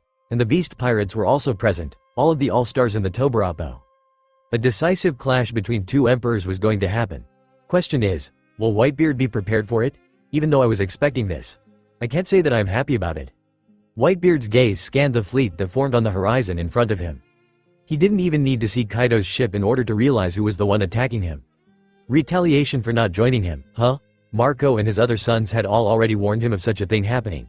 Yet Newgate had still hoped that such a large-scale conflict would be avoided. Kaido wasn't even done with swallowing up the stray crews in the New World after all. But it seemed that taking down the Whitebeard pirates was a much greater priority for him. Edward Newgate could only sigh as he felt the weight of the situation settling on his shoulders. He was in no state to win against someone like Kaido. And his fleet was not gathered. Most of his sons were actually away, trying to gather the crew. But it seemed that the Whitebeard pirates had moved too late. Kaido likely prepared to attack the Whitebeard pirates regardless of how the meeting went. As expected, not attending that meeting might have just sealed my fate. Regret filled him as he realized that he had also dragged down his hometown with him. The people of Sphinx Island were all panicking. Fear was setting in as the reality of the situation dawned on them. Whitebeard might not be able to protect them. Even now, Whitebeard stood on the outskirts of his hometown, with only a few doctors scrambling by his side. Many of the Sphinx Islanders looked at him with desperation. It was then that they realized that there was no fear in Whitebeard's eyes. There was no trepidation in his steps, there was no slouch in his back. No, he stood tall, his spine was straight, and just as his will, unbendable. And thanks to his courage, some of the people in Sphinx Island were filled with hope as well. A bit of light breaking through the clouds. Even in that moment of hopelessness, when their island was essentially surrounded by a fleet of dirty pirates. Some still managed to find solace when looking at the back of the man that swore to protect them. Whitebeard had been there for them, even when the world itself had forsaken them. He had grown up there and had never forgotten his origins, not even after reaching the top of the world. Still, despite his outward confidence and determined appearance, Whitebeard's thoughts were significantly less positive, made even worse when he felt the hopes and trust of the people he swore to protect. I feel bad about having to betray their trust. I don't think this is a battle I can win. Whitebeard's mind was running different scenarios, all ending in complete failure and absolute despair for the ones he protected. He didn't fear for his own life, he had already lived a great one. He had the family that he had dreamt of. Most of them would also survive thankfully, as they weren't on the island. But what of his sons and daughters that were on the island? What about all of the people that he had protected over the years, the town he had rose from the ground? A father that's unable to even protect his own children. What a pitiful excuse of a man. Whitebeard clenched his teeth as he felt a bit of repulsion filling him. He was disgusted by how weak he had become, yet he couldn't do anything about it. The disease that had been wasting away at him was uncontrollable, incurable. And because of that, now many of the people he cared about were going to die. Grandpa Whitebeard, the voice of a young girl managed to break him out of his depressive thoughts. Whitebeard's eyes widened as he looked to the side. A small girl riding a sphinx strolled up to his side. The sphinx's was a mix between a few different animals. It was significantly larger than the little girl riding it, but even the sphinx was small when compared to Newgate's massive stature. The little girl had blushy cheeks and large, teary eyes. She wore her hair in brown pigtails and had brown eyes. She also wore a short, orange long-sleeved dress and a round wool hat with dots on the brim. What's happening? Everyone is panicking. The little girl's confused cries made Whitebeard grit his teeth. It wasn't long before he remembered her name. He knew everyone on the island after all. Little Oid. Whitebeard couldn't help but curse inwardly for a bit. Grandpa Whitebeard. Are we going to die? Ma and Pa were crying earlier. You'll protect us, right? The little girl had clearly heard the panicked cries of her fellow villagers and parents. The first time in her life that the fear of death had become a reality. A sign that Whitebeard had already failed her. The very thought left a sour taste in his mouth. Slowly, his mind cleared up of any fog and distressing thought. His gaze burned with determination. Go back to your parents. You are safe. As long as I'm alive, no one will touch a hair on your head. Whitebeard clenched his fist as he grasped Murakumogiri in one hand. Oida nodded with tears in her eyes as she tapped her sphinxes on the back.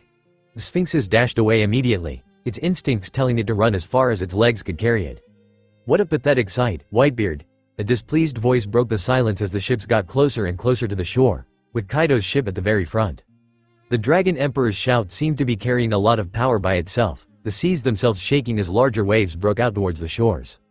You little brat. You really overstepped your boundaries. Edward Newgate's eyes spoke only of pain as he glared at Kaido, the man that was once beneath him. Wororo, don't you dare look down on me, old man. You've no ground to stand on right now. You're nothing more than a relic of the past. I am here to finally bury you. Kaido's words broke out like thunder, as his sharp gaze cut through the waves and met Whitebeard's own. The Dragon Emperor grabbed onto his weapon, Hasaikai, his large and spiked metallic club. "You got a lot of nerve. Maybe I should remind you why they call me the strongest man. Wororo. The strongest man is nothing in front of the strongest creature." Kaido's muscles seemed to expand as he immediately turned into his hybrid form. Azure scales grew all over his body as his eyes shined in a red light. Despite his mocking words, he wasn't about to look down Whitebeard. Even sick and on his deathbed, the strongest man was still capable enough to do real damage to Kaido. "But there's no winning this for you, Whitebeard." Kaido smiled as his fleet also started approaching the island. "As if I'd let you," Whitebeard roared with renewed vigor as the doctors behind him screamed in shock. The old man was too immersed in the situation to hear them out, however. The gigantic man impaled the hilt of his naginata on the ground, forming a shockwave large enough to send his doctors flying. The waves that had been crashing on the shores all stopped as well, too afraid to go on as the old man started exerting his will. "Shit. Wasn't expecting this much vitality out of him." Kaido scowled as he watched Whitebeard extended his hands to his sides, his fingers grasping onto the air around him visibly, space bending to his will. Kaido immediately realized what was about to happen, but he wasn't anywhere near close enough to stop it. "Hold on tight." Kaido only managed to scream out to his fleet once before the world itself roared in front of them. Whitebeard brought both of his palms together, his fingers bending almost unnaturally as he dragged across the space between them, almost cracking it in the process. But it didn't crack. The power was instead expanded in all directions around the island. Gravity itself seemed to shift, tremors spread out all around the oceans. From the shores around the island of Sphinx, water seemed to burst out outwards, forcibly forming a large, all-compassing tsunami that threatened to swallow up and sink all of Kaido's fleet. Kaido immediately took on his full dragon form. He was going to try and break T, but he was immediately pushed backwards, as the shockwave of Whitebeard's tremors reached him as well. Realizing that there was no time to recover, he instead filled his throat with flames and blasted them forwards. Blast breath. He fired a powerful fire breath all along the tsunami in front of him. The flames managed to fight against the waters, steam rising almost instantly as the tsunami on that side of the island almost died down. The water and fire fought for a few seconds, ultimately canceling each other out and leaving behind only a thick cloud of steam. But the other sides weren't so fortunate. Kaido's fleet had surrounded the island, prepared to invade from all sides. Cannon fodder mostly, but they were still New World-faring pirates. They thought they striked it big, gaining a chance to take down the strongest man. But now they realized that there was no place for weaklings when facing the man with the power to destroy the world. The unlucky ones were swallowed up by the gigantic waves. Dozens of warships were ruined under the weight of Whitebeard's rage. Unfortunately for Whitebeard, more ships were pushed far away than destroyed. They were bound to come back, approach once more. "I'll just push them back, Agai." The old man couldn't even finish his thoughts as pain assaulted his mind. He clutched his chest with a scowl. Blood came out of his lips as his vision grew blurry. He finally realized why his doctors were screaming at him earlier. "I'm exerting myself a bit too much, huh?" Whitebeard could already see it, his ending. "Worororo. Looking a bit weak there, Whitebeard." Kaido's mocking voice was heard from the clouds, as the gigantic emperor swung his tail and dispersed the fog that had accumulated. He didn't care about some weaklings that couldn't even survive the first attack from Winterbeard. Instead, he was pleased to see Whitebeard's sorry state. It only meant that his job was easier after all. "Kaido. I don't care if I die today. I'll either take you down with me, or cripple you right here and let my sons finish the job." Whitebeard's mouth curled downward in a cold scowl, as Kaido's eyes shined with malice once more. "Oh, we'll see about that." Kaido immediately opened his mouth, his throat swelling up once more as his breath extended forwards. Kaifu. Demolishing wind. Kaido blew forwards, dozens of flying slashes leaving his mouth and rushing straight for Whitebeard's figure. The old pirate didn't even flinch as he grabbed his naginata and grasped it with both of his hands. A white halo covered it in its entirety as he swung it with all of his strength. "Break!" The legendary pirate's imposing voice shook the clouds as green cracks and lightning sparks broke the air in front of him. The cracks spread far and wide, covering Whitebeard perfectly just before any of Kaido's flying slashes reached him. The cracks stopped the slashes in their tracks as Whitebeard grunted. He could still taste the blood in his mouth. His vision was still blurry, but he stood tall, and Kaido's attack turned ineffective. Some were immediately destroyed when coming in contact with the tremors, while some were deflected, slashing away at the seas around them. Some were also deflected towards the island, but thankfully, some of Whitebeard's children were still present. Rose Rondo. Petals flew out alongside rose-collared flying slashes, intercepting the deflected slashes. It was none other than Vista of the Flower Swords, the 5th Division commander of the Whitebeard Pirates, also the only commander on the island at that time. Whitebeard smiled when he heard his son's voice, knowing that at least the residents of the Sphinx Island were being protected. But not for long. Whitebeard knew that he needed to get rid of Kaido, and quick. Or at least keep him occupied enough to not worry about attacking the island. The old man coughed a bit as he felt his knees weakening. Not now. Yet, he willed his knees to unbuckle, he willed his back to remain straight, even as blood from his mouth poured onto his chin. Kaido. Prepare yourself. The old man wasn't going to let himself fall so easily. Whitebeard's will flared as he crouched slightly and picked up his naginata. The sand underneath him was blown away, and the ground nearby was cracked and segmented as the large man jumped towards the flying dragon emperor with rage. Whitebeard ignored the pain in his body, it was nothing to someone like him. He ignored the weakness he felt, instead, he willed his body to continue. His mind was sharp, his will unbending. The blade of his naginata turned black and shined in green lightning as he swung it towards the gigantic dragon with an energetic shout. Just before his blade came into contact with Kaido's body, the dragon transformed, his form contracting into itself as Whitebeard's naginata passed through the air near him. Kaido roared as he turned and grasped his spiked kanabo with both of his hands, aiming for Edward's torso with a devious smile on his face. Whitebeard managed to intercept his kanabo with the hilt of his naginata, grunting a bit as the two emperors physically clashed for the first time. The seas around them rolled, the clouds dispersed and any fog that may have remained was blown away completely. Purple lighting clashed with green, as the two of them fought for dominance in that brief exchange. Whitebeard clenched his teeth and roared once more, his will flared up and Kaido's eyes widened. Just as he was about to be pushed back, Whitebeard coughed out a mouthful of blood and lost all of his momentum. Kaido then smiled, taking that opportunity in stride. His kanbo broke through the strongest man's guard and sent him flying back towards the shores where he had come from. Woro ro ro ro. The dragon emperor burst into boisterous laughter as he eyed his adversary. You've certainly grown weaker, Whitebeard, Kaido roared as he landed on the shores near Whitebeard. Edward slowly got up, supporting himself on his naginata as he scowled at his former crewmate. Weaker? As if a scared brat like you has any right to say that. Whitebeard rose to his full height, still shorter than the dragon emperor, who was currently in his devil fruit's hybrid form. Tisk, you're still clinging onto the past. The world's changed, old man. Kaido flexed his hands as he grasped his hasaikai, his eyes shining red as purple lighting rolled off the spikes of his metallic weapon. Maybe I am clinging to the past, but I assure you, my past is a lot more glorious than your future will ever be. Whitebeard spoke through the occasional cough, his muscles flexing as he grasped his murakumogiri with both hands. Green lightning rolled around the hilt of the gigantic naginata as a gigantic white halo trembled around the edge of the blade. Worororo. I'll see about that. Too bad you won't be there to see it. Kaido chuckled a bit more as the emperors clashed once more. And while they were clashing, the residents of the island were forced to watch in fear as their protector struggled with his life on the line. Fear gripped their minds, and the situation wasn't much better for the members of the Whitebeard pirates that were present. Vista could only curse his own weakness, knowing that he had no way of helping his father against someone like Kaido.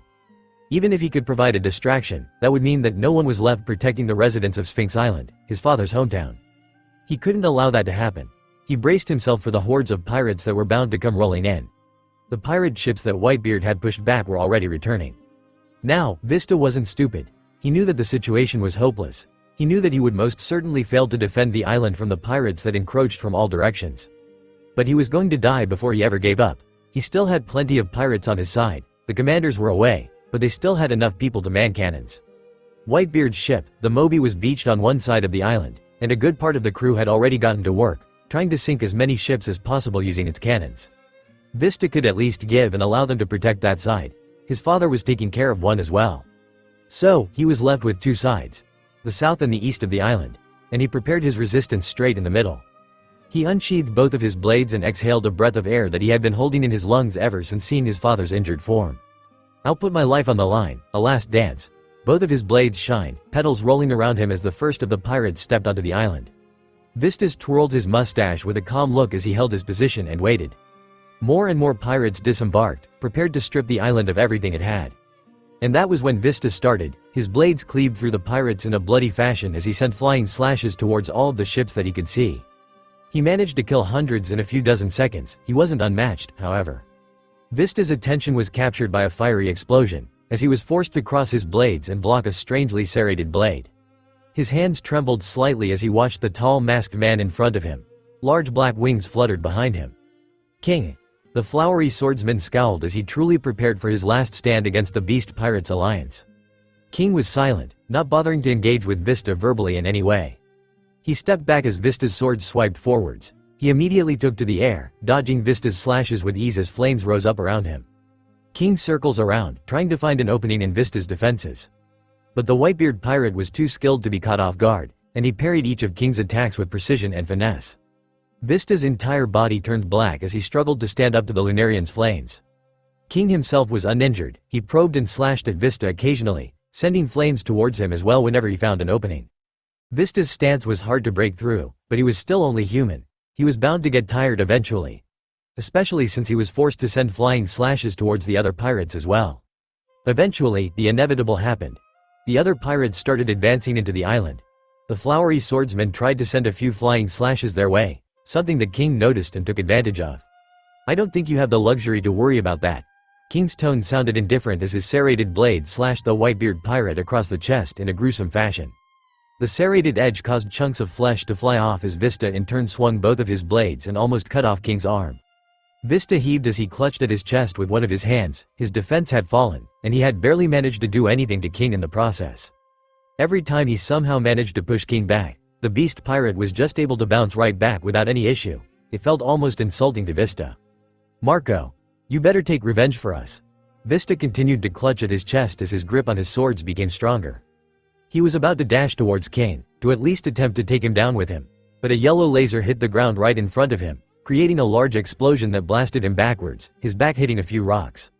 King looked to the side, his face unreadable underneath his mask. "Stop fooling around, Queen. You should have just killed him." King's voice sounded just as calm as before as he berated his crewmate. "Muhahaha. Where's the fun in that? This invasion's almost a wrap anyway." Queens rolled onto the battlefield as he slapped his huge belly with an amused smile on his face. "No more fooling around. We still have to go help kill Whitebeard." King shook his head as he looked back at Vista, who shakily stood up, still determined to fight to the very end. "What a nuisance." King shook his head as he clenched his fist, flames rising up all around him. Those flames helped obscure a second, as he prepared an attack to swallow up the Whitebeard pirate. It was at that moment that a figure appeared at Vista's side. "I'm borrowing this one." Vista only managed to hear a voice near him before he felt one of his swords being yanked out of his hand. "Wah?" Vista didn't even get to finish his question before the figure disappeared, and then the screams started. Grueling, gut-wrenching screams filled the island that very moment, as King looked around with wide eyes. All of the pirates that had advanced onto the island. They were lying dead on the ground. Pools of blood were just beginning to fill up as some of the bodies weren't even done hitting the floor. King then heard a scream from behind him, forcing him to instantly turn around, only to see the figure of Queen, face planted into the ground as a figure stood by his neck, sword raised and prepared for decapitation. King tried to intervene, his serrated blade inching towards the figure. But in the blink of an eye, Queen's head fell to the ground and rolled. King gulped as he then recognized the figure, Guzman. The swordsman in front of him had been able to completely overwhelm them even when he was an almost dying old man. Now he was back in his prime. Their captain had already warned them all against facing Francisco under any circumstance, but it seemed that the old swordsman just had it out for them. Vista was still looking at the situation with wide eyes, his confusion rising by the second as he then heard explosions raging in the distance. Fire fist! Shouts were heard on the seas, as ship after ship burned. Ace jumped from ship to ship, destroying as many as he could while in a desperate bid to reach the island quickly. Ace and Vista still didn't recognize the second figure, but it was the last he saw before finally succumbing to his injuries and passing out. The blonde swordsman looked at the grievously injured Vista as he collapsed, before looking back at King. "Didn't think much of you back then, but I guess you really are a Lunarian." Francisco shook his head as King flinched slightly and prepared himself to clash with the blonde swordsman. Francisco just raised an eyebrow at that. With overwhelming speed, the swordsman dashed to King's side, before the latter could even react. "I can't believe you're actually considering this. Is your lineage giving you confidence?" Francisco's voice sounded sadistic as his blade came down onto King's wings. The air pressure immediately blew the flames on his back away, as the blade almost cut cleanly through his wings before he finally managed to intercept it with his own serrated sword. King's eyes widened in fear for the first time since stepping on that island. His blade held up well for a few seconds, but eventually the inevitable happened. Francisco's conqueror's coated blade cut through the serrated sword and sliced off King's wings completely. King's painful screams were cut short, as Francisco drove the tip of his old blade into the pirate's neck without any hesitation. King gave his last breath as Francisco inspected Vista's blade with a smile on his face. "It's certainly been a while since I've fought someone to the death with a good blade." He then felt the entire island shaking underneath him. With a smile, he looked into the distance, where Kaido was still facing off against an injured Whitebeard. "Better step in. Good old Whitebeard isn't allowed to die till we've spoken properly," He's also Captain's ally if I remember correctly. The swordsman then turned into a blur as he dashed towards the two clashing emperors. A few minutes before Vista's last stand on the island, a small rowboat was still advancing towards the island silently. Ace and Francisco were so far away that they couldn't even see the island yet, but one thing they did see: a huge tsunami. Thankfully, Francisco was strong enough to cut it apart before it swallowed them and dragged them to the bottom of the sea. Ace immediately realized that something was wrong and did something unexpected. Instead of continuing to row, he pointed both of his hands backwards and told Francisco to brace himself as well. He released a flame so concentrated that it became yellow. The Whitebeard pirate used that flame as propulsion for their little rowboat. Francisco smiled as he felt the wind beating on his face, and it didn't take long for the island to come into view, as well as the ships that surrounded it. "It's a war, huh? Is that Kaido's flag I spot in the distance?" Francisco scowled as he made a mock telescope with one hand. He was stuck for a split second, wondering if he could even interfere in a war between emperors without contacting his captain. "I'll go help Whitebeard. You deal with the ships," Francisco ordered coldly as his eyes narrowed. He could feel the angry tremors that shook the island in the distance. Whitebeard was still fighting, they weren't too late. Unfortunately, he didn't have much time to think about contacting Enal. Instead of waiting to reach the island, he dashed.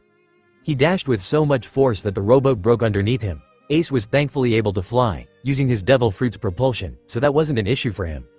The legendary swordsman rushed towards the island, his speed far exceeding Ace as he became a blur that the young pirate could barely follow using observation haki. "Pops, please be safe." Ace couldn't help but pray for a few seconds before reaching the first ship. Heiken, Fire Fist, and while that was happening, Francisco had already finished dispatching all of the pirates near Vista, not bothering to spare any one of them. He assumed that Vista was a part of Whitebeard's crew. It wasn't that hard of an assumption to make. Francisco was a bit disappointed though. He was unsure if he had made it in time to save the flowery swordsman. He also didn't have the time to check on him, as he could feel Whitebeard's fight with Kaido raging on the other side of the island. "It's somewhat fitting that the blade of Whitebeard's crewmate would help me save Whitebeard." Francisco wasn't as confident in defeating Kaido using the element of surprise this time around. The king of the beasts was sure to be expecting it this time around, especially since Kaido's observation likely covered enough for him to feel his subordinates die off. By the time Francisco reached the two emperors, Kaido had indeed realized that his two strongest subordinates had been killed. But he wasn't all that perturbed by it. No, he was more perturbed by the man that had just rolled up on the battlefield. Just as the hybrid dragon was about to land a finishing blow on Whitebeard, who was already injured and weakened enough to be killed off, said man appeared in front of him. His Hasaikai was blocked by a red blade. Red and purple lightning clashed for a few seconds before Kaido jumped backwards with a bit of confusion.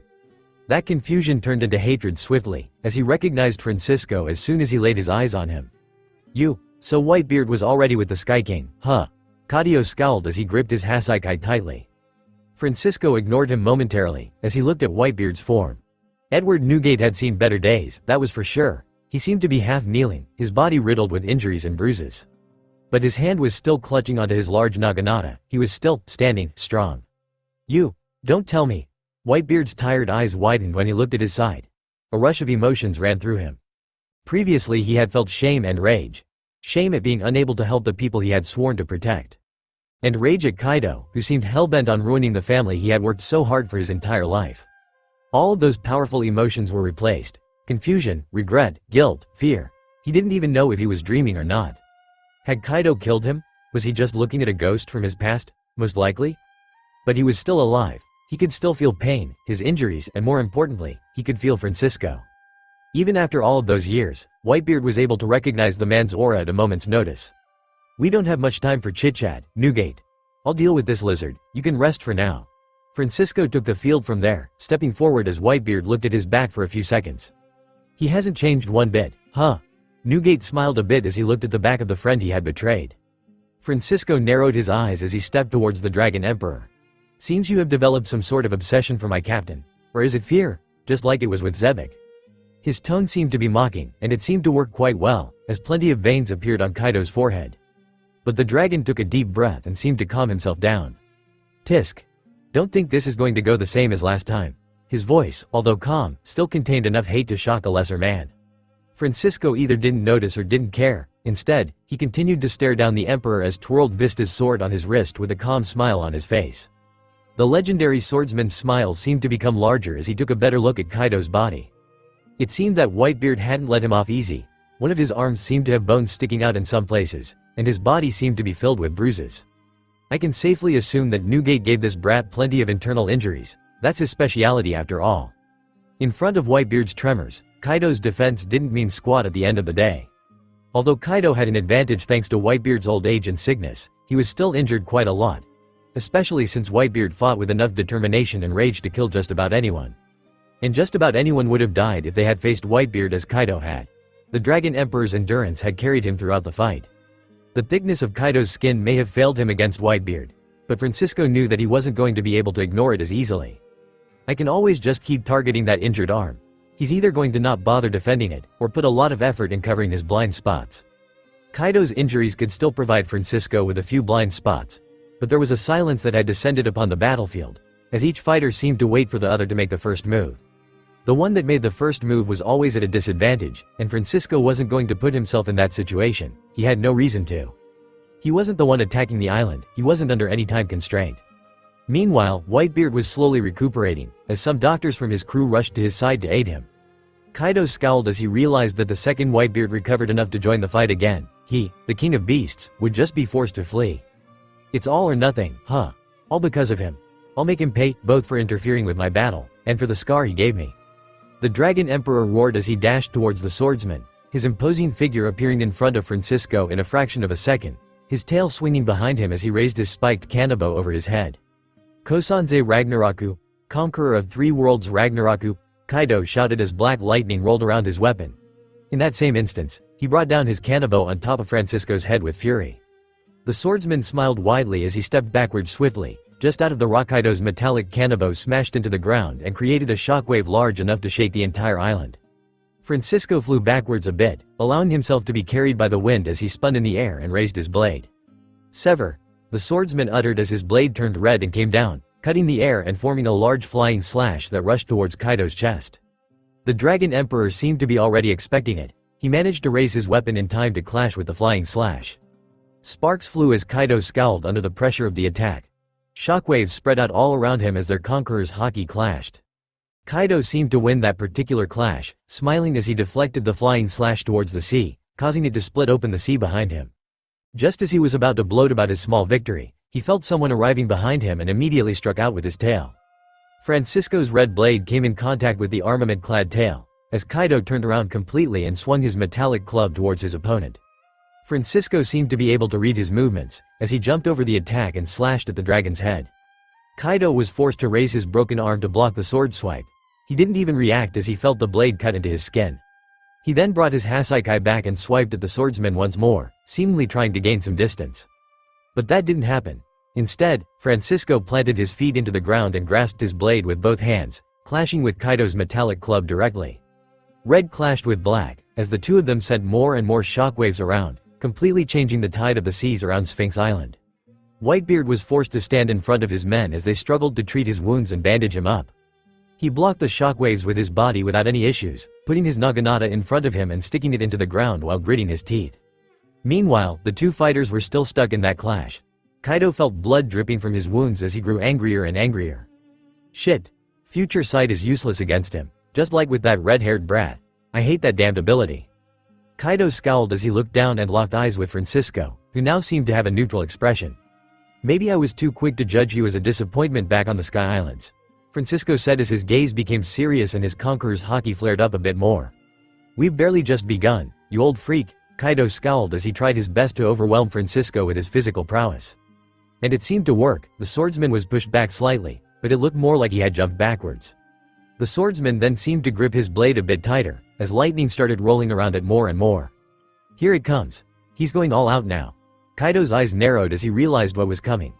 Whitebeard had a similar reaction as he prepared to protect the people by his side the best he could. Surging whirlwind. In that instant, Francisco's arm became a blur, as he sent countless red flying slashes towards Kaido. The Dragon Emperor scoffed as he covered his entire body in armament and put his weapon in front of him. Sparks flew, and the dragon was immediately pushed backwards as 10 or so slashes made direct contact with his metallic club. He felt his legs hitting the sea, but he was still filled with strength, as the wind from the flying slashes seemed to create too much turbulence for the water to be still. Eventually, Kaido roared and batted them away, before jumping towards the sky, to avoid getting pushed into the sea.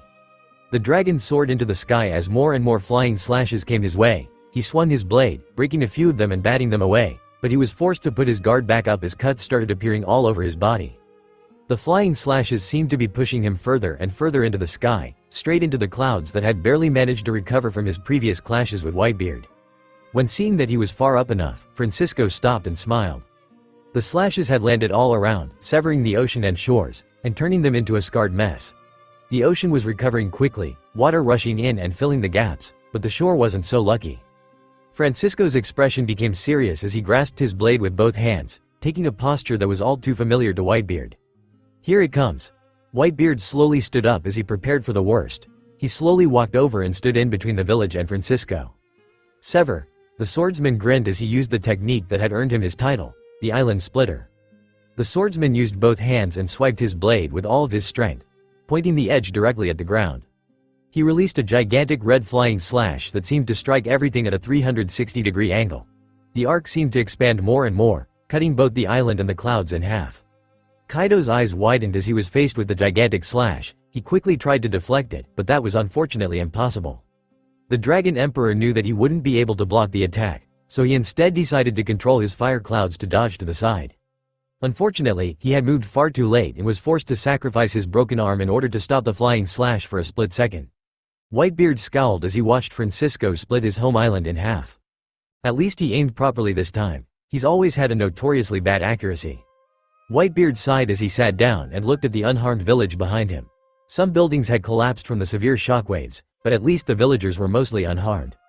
Francisco swiped his forehead as he huffed a breath he seemed to have been holding onto for a while. Been a while since I went all out like that. That dragon brat probably survived it though. The swordsman then looked at the sky. A deep mark was left on the clouds that had gathered before. He, as well as everyone that was paying attention, managed to see a rather thick arm covered in azure scales falling out of the sky. Regardless of his injury, Kaido still seemed to be hell-bent on ending Whitebeard as he crash-landed onto the island, his eyes shining red with anger. Francisco sighed and prepared to clash with the Emperor once more, this time, his sword arm trembling slightly. Whitebeard smiled as he prepared to rejoin the fight. I'll make that dragon brat pay a bit more than an arm. Kaido stared at Francisco. He didn't seem all that distressed about losing an arm. As long as Whitebeard dies, this war would have been worth it, but still, this doesn't feel right. He didn't care for losing one arm. He didn't care about being injured. He knew he was going to heal up in time, and even without an arm, he was still the strongest creature. But there was his problem. The strongest creature, that title seemed to suddenly become meaningless in Kaido's eyes now, especially when staring at Francisco. Could it be that after all these years, I'm still weaker than him? Am I still weaker than Zebek? Was that it? Was that what all of his strength amounted to? Francisco was uninjured. There was barely even a scratch on him. It didn't matter to Kaido that he had been fighting Whitebeard beforehand. It also didn't matter that he had lost to Francisco beforehand. This was the first time he genuinely fought against someone that he had strived to overcome in the past, and he was losing in a decisive fashion. I refuse to accept this, Kaido roared, his shoulders shaking in anger as he grew in size. Francisco raised an eyebrow at Kaido's outburst. His haki. It's getting even stronger. The old swordsman was quite impressed. He could feel Kaido's conquerors while growing and festering. He might kill all of the civilians on the island just from the sheer pressure of it. Francisco scowled and immediately clashed with Kaido's aura. The island trembled and the seas roared. A storm brewed as Kaido's gigantic form towered over the island. Kan Daiko. Fire Dragon Great Torch. The dragon roared once again as his entire body was immediately covered in a thick layer of flame, turning him from an azure dragon into a fiery one. Despite his intimidating stature and strangely growing conviction didn't seem to scare Francisco in any way, as he raised his blade and prepared to clash with Kaido once more. Becoming a bigger target won't help you against me, Kaido. The swordsman's eyes turned cold as he looked at the azure dragon that had coiled around the clouds. You're getting cocky. You brat, a voice roared behind Francisco. An imposing figure stepped forward, right by the swordsman's side. Whitebeard's body was covered in bandages, although he was clearly still bleeding in places. His eyes stared at Kaido with hatred. Immediately, his conqueror's haki flared up, accompanying Francisco's and completely overwhelming Kaido, whose eyes widened. Don't count me out just yet. I can still protect my people, Whitebeard said as he looked down, towards Francisco. Good. I can't use sever too many times in a row, so we'll have to end this the old-fashioned way.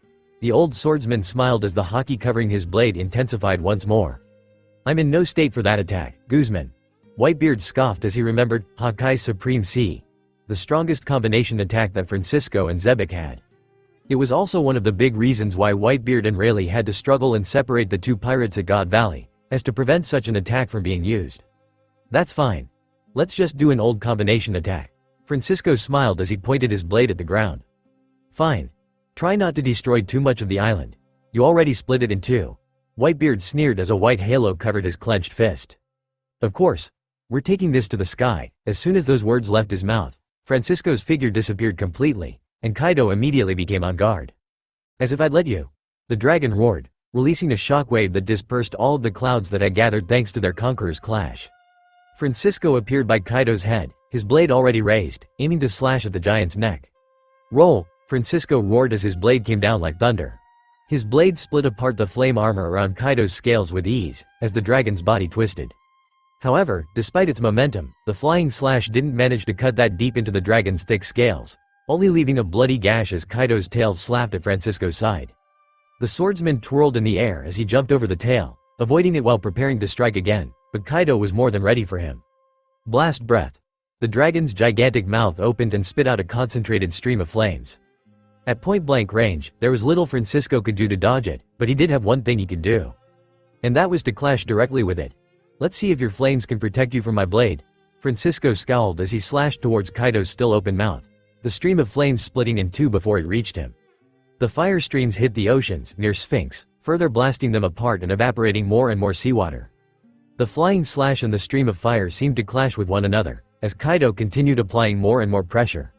Francisco's eyes widened as he realized that Kaido was actually pushing his sword back. Don't tell me, is he getting stronger in the middle of the fight? I thought only Zebek could do that. But Kaido had forgotten something rather important in his anger. Francisco wasn't fighting alone. Whitebeard's figure appeared in front of Kaido, forcing the dragon to stop his attack immediately. Kaido didn't even get to finish that thought, as he received a full-powered fist from Whitebeard right into his snout. Old Whitebeard completely ignored the flame armor that Kaido had forged himself. He didn't even flinch when feeling his hand burning slightly. Instead, the space in front of Whitebeard's punch bent unnaturally, blowing away the flames that covered the beast's head as Kaido's nose bled just from the impact. The air around them broke at that moment, and Kaido felt tremors spreading throughout his entire head as most of his teeth were crushed alongside his horns. The dragon was sent flying towards the sea, turning into a skipping stone for a few seconds as he seemed to regain control over his body and rise to the skies once more, looking a bit worse for wear. HMPH. So that wasn't enough to finish him off? Whitebeard scowled as he felt himself free-falling. He's annoyingly durable. Francisco stepped onto the air and towards Whitebeard, grabbing him by the cape and holding him up with a scowl on his face. Always was. Cough asterisk, but I bet it's been a while since he's received such a thorough beating. Whitebeard said through coughs, as he kept his eyes open and locked onto Kaido, who still seemed to be just as determined. The dragon didn't seem discouraged at all. Instead, he rushed back towards the two pirates, showcasing a speed that few could match. Tatsumaki. Dragon Twister. The dragon roared as his serpentine body spun in the air, creating several tornadoes all around him. Francisco was forced to jump away while carrying Whitebeard, who was unwilling to spend too much energy undoing the tornadoes that now ravaged the shore they had previously fought on.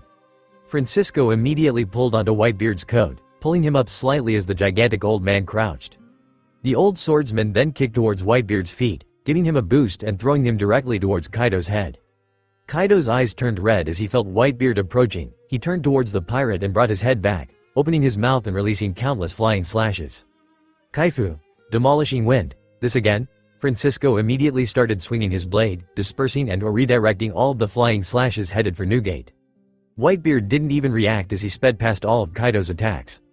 Instead, he prepared an attack of his own, grasping Murakumogiri with both hands as a white halo covered its blade. Die! Whitebeard's shout rang out through the sky as he swung his blade towards Kaido's open mouth. The old pirate's naginata cut through the air and sent a gigantic white flying slash towards the dragon, who only Minot's head before it reached him. The cut landed square on Kaido's face, stopping as the space between the flying slash and the dragon's head shattered. The dragon was once again sent flying backwards, knocked unconscious by the continuous tremors that racked at his brain. This time, Kaido turned into a skipping stone, his massive body causing more and more waves as the tornadoes he had created died down. After a few seconds, the dragon was plunged to the bottom of the sea in the distance, not surfacing anymore. Francisco immediately rushed to Whitebeard's side, catching him and heading for the soft ground. The old swordsman observed many ships turning tail and sailing away, retreating in fear, likely too discouraged after witnessing Kaido's massive form being defeated. Whitebeard coughed more blood as Francisco landed on the shore of the island. Looking around, the entire place was devastated. The island itself now had a river going through the middle of it, as water had filled in the large gap that Francisco had created. Whitebeard's doctors rushed to his side as Francisco stepped aside and let them work their magic. I cough asterisk, is it over? Whitebeard's tired voice sounded out. The man sat with his legs crossed, his bandages filled with blood as his gaze landed on Francisco. Yep. Kaido's defeat was a bit too eye-catching for his army to not notice it. They're all fleeing in fear now. The old swordsman only nodded, which caused Whitebeard to sigh in relief.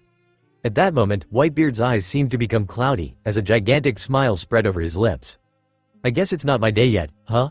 The old pirate's shoulders shook slightly as he realized that many of his children had likely suffered in that fight. I'm too tired. I hope everyone is safe. Francisco, do me a favor and take care of my family. We'll speak more when I wake up. I need some rest for now. Without further ado, Whitebeard's eyes closed. His doctors seemed to insist on him staying conscious, but the old pirate ignored them and started snoring loudly. Francisco just shook his head as he watched Whitebeard. He hasn't changed one bit, huh? The old swordsman just sighed as he turned around and took one last look at the chaotic seas around Sphinx Island. It was going to take a while for the waves to calm down, but that was fine. It wasn't like Francisco planned on leaving right away. The old swordsman walked off to a more quiet part of the island and took out a small den mushi out of his pocket. This isn't going to be a pleasant call. Francisco just sighed as he dialed Shiki on the Sky Islands. Meanwhile, Ace had finally managed to reach the island. He took down as many ships as he could, not even bothering to fight the pirates inside as he just used the fact that they were at sea to his advantage. He only got to shore when he saw Kaido's gigantic body being flung away from the island and submerged into the sea. At that point, the ships around Sphinx also retreated, allowing the Whitebeard pirates to rest. Unfortunately, Ace wasn't greeted by a great sight upon stepping onto the island. Vista. It wasn't difficult for Whitebeard to realize that something was wrong when he woke up. Especially since he could hear his sons grieving at his side. The old man's eyes softened when he noticed Ace's figure also present in the room. Guilt and shame seemed to hang around the young pirate, as Whitebeard's tired eyes scanned the room a few more times. Which one of my sons have I failed? Was the first question that rose in his mind.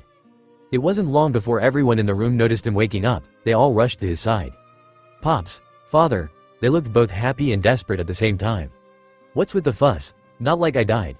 Whitebeard scoffed as he slowly stood up, ignoring his injuries and cracking his neck a few times. Pops. It's better if you stay in bed for now, Ace said as he patted his father on the shoulder. Bah, stay in bed and then what? I ain't getting much better than I am now. Whitebeard scoffed as he looked at his injuries. Normally, such injuries would take months to heal. But Whitebeard was well aware that he no longer had that time. He was on his last legs. From the way I feel, I have only a few weeks at best. Pops. Ace's face seemed to contort into a painful expression, which prompted the old Whitebeard to slap him over the head. Don't get all sappy with me now. I ain't dead yet. The old man's eyes were warm as he patted his son's head. It didn't matter how many times Ace had tried to assassinate him in the past. Ace was now his son. Now, where is Vista? Whitebeard's question seemed to silence the cries of his sons and daughters. Pops. I told you letting him go off on his own was a shitty idea, Garp shouted as he crushed a table underneath his fist. All things considered, this might be for the better. Whitebeard is Enal's ally after all. Which means he's also our ally. Sengoku shook his head at the side, patting the head of his goat, which Suru had made sure to bring with her when departing from the world government. Ally or not, Francisco did go and kill a Yonko. It's hard to say whether or not this is a good thing. Garp scowled a bit as he crossed his arms and sat back down on his couch. That particular Yonko was more of a nuisance to us. Remember Red Hair's report? Shiki also didn't seem too concerned about Kaido being killed. Big Mom, Kaido and Shanks. Normally such an alliance would make the world government go crazy. At least they would pretend that it was a threat to them. Zephyr at the side also scowled as he remembered the report of the red-haired pirates. Ben Beckman had noticed that government agents were present in Wano, so Shanks was able to surmise that they were simply not doing anything to stop the meeting alliance from happening. They either couldn't or didn't want to do anything about it. Shanks had surmised that it was likely the latter. They likely just hoped the emperors would band together and fight us. Suru shook her head as she rolled up the sleeves of her pink shirt. Their plan doesn't appear to have worked that well. Shanks is already allied with Enal, and Big Mom does also appear to be on friendly terms with him. Akainu rubbed his chin, the permanent scowl on his face lessening as he thought about how yet another nuisance had been removed from the seas. A big issue here is the gap that Kaido's death has created. The smaller pirates will certainly act up now. Well, if Big Mom doesn't swallow up all of his territories by then. Kizaru's voice sounded lazy and slow, but also unconcerned. Why exactly would they be concerned after all? They still had the strongest army ever created. An alliance between pirates, revolutionaries, and marines. From emperors to warlords, from admirals to marine legends. Hell, they even had kings and entire kingdoms on their side. They had the full support of the Riku family, with Dressrosa, and the full support of the Nefertari family, with Arabasta. At that point, their army held just as much influence as the world government itself, and likely just as much power, if not more. The New World has always been a messy place.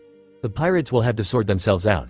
Sengoku sighed as he realized just how many lives would be lost due to Kaido's death.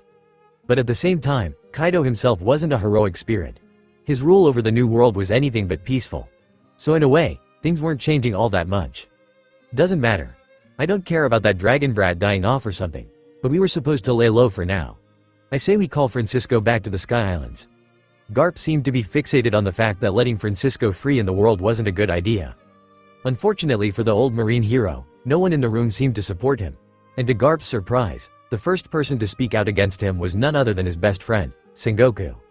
I say it's best to let him roam for now. He's technically taking attention away from where our base could be. Him taking out Kaido is also a good thing, since the King of Beasts was our enemy. The former fleet admiral's tone was calm and thoughtful. It was clear that he had given the situation much consideration before voicing his opinion. He may have done a good thing for now, but you can't deny how dangerous of an individual he is. Are we all just going to forget the incident at Karasu Island? Garp didn't even try to refute Sengoku's points, instead, he brought up another thing. That massacre, huh? Sengoku also sighed as he remembered the incident. Almost everyone in the room knew what Garp was referencing, one of the many exploits of the Rock's pirates. There were only 2 people present that didn't know of the events on Karasu Island. Would any of you mind giving me a quick rundown of that? I am not that well informed, I'm afraid. Gonfall was one of said people. The other was Fujitora, who hadn't been in the Navy for all that long. He just silently listened, somewhat thankful that he didn't have to be the one to ask for clarification. Oh, it was nothing less than one of the worst massacres in naval history. It was in the New World. Sengoku sighed as he remembered a few more details from that day.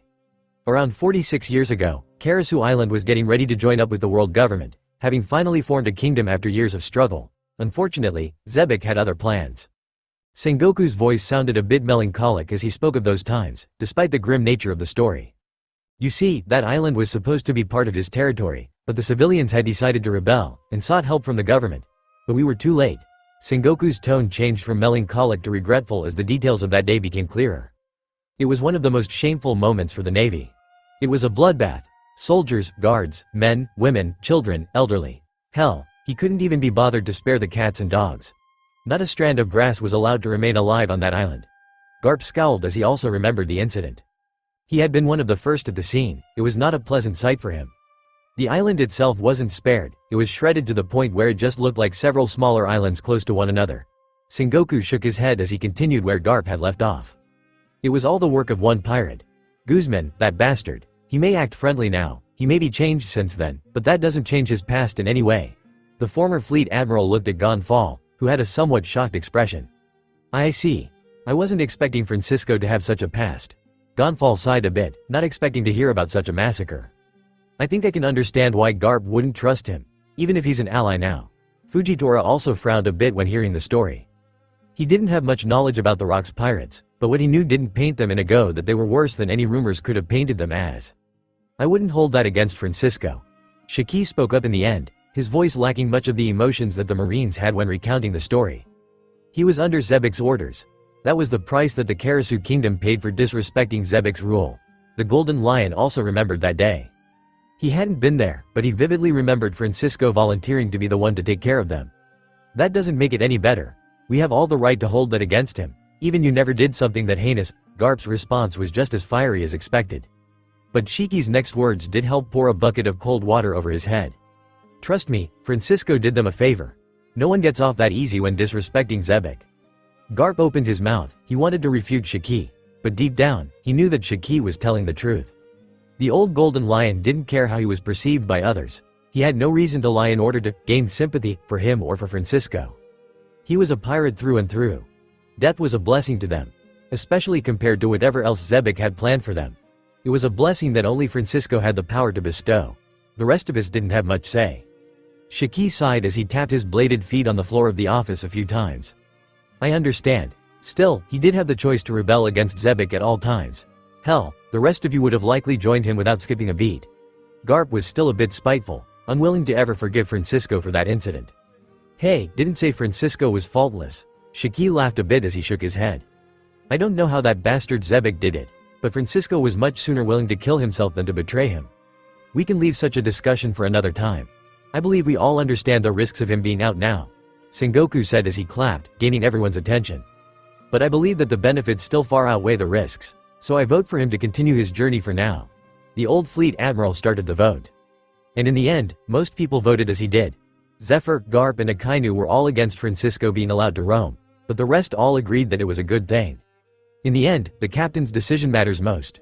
We should call Enal here, just to make sure. Garp scowled, somewhat dissatisfied. He hoped that Enal would side with him, but deep down he knew that it was unlikely to happen. Still, he felt that such matters needed to be run by Enal either way. He was the one that had brought them all together after all. That might be for the best. We need to bring him up to speed on Shanks's reports as well. Gonfall seemed to agree with Garp. So did everyone else in the room, who couldn't understand the importance of the Sky King. Hell, he was the whole reason such a meeting could ever exist. Imagine leading figures from all factions somehow gathering in one spot peacefully. Such a thing was simply unheard of before he came along. I'll go grab him. He's quite diligent in his training. Garp slowly stood up and walked out the door.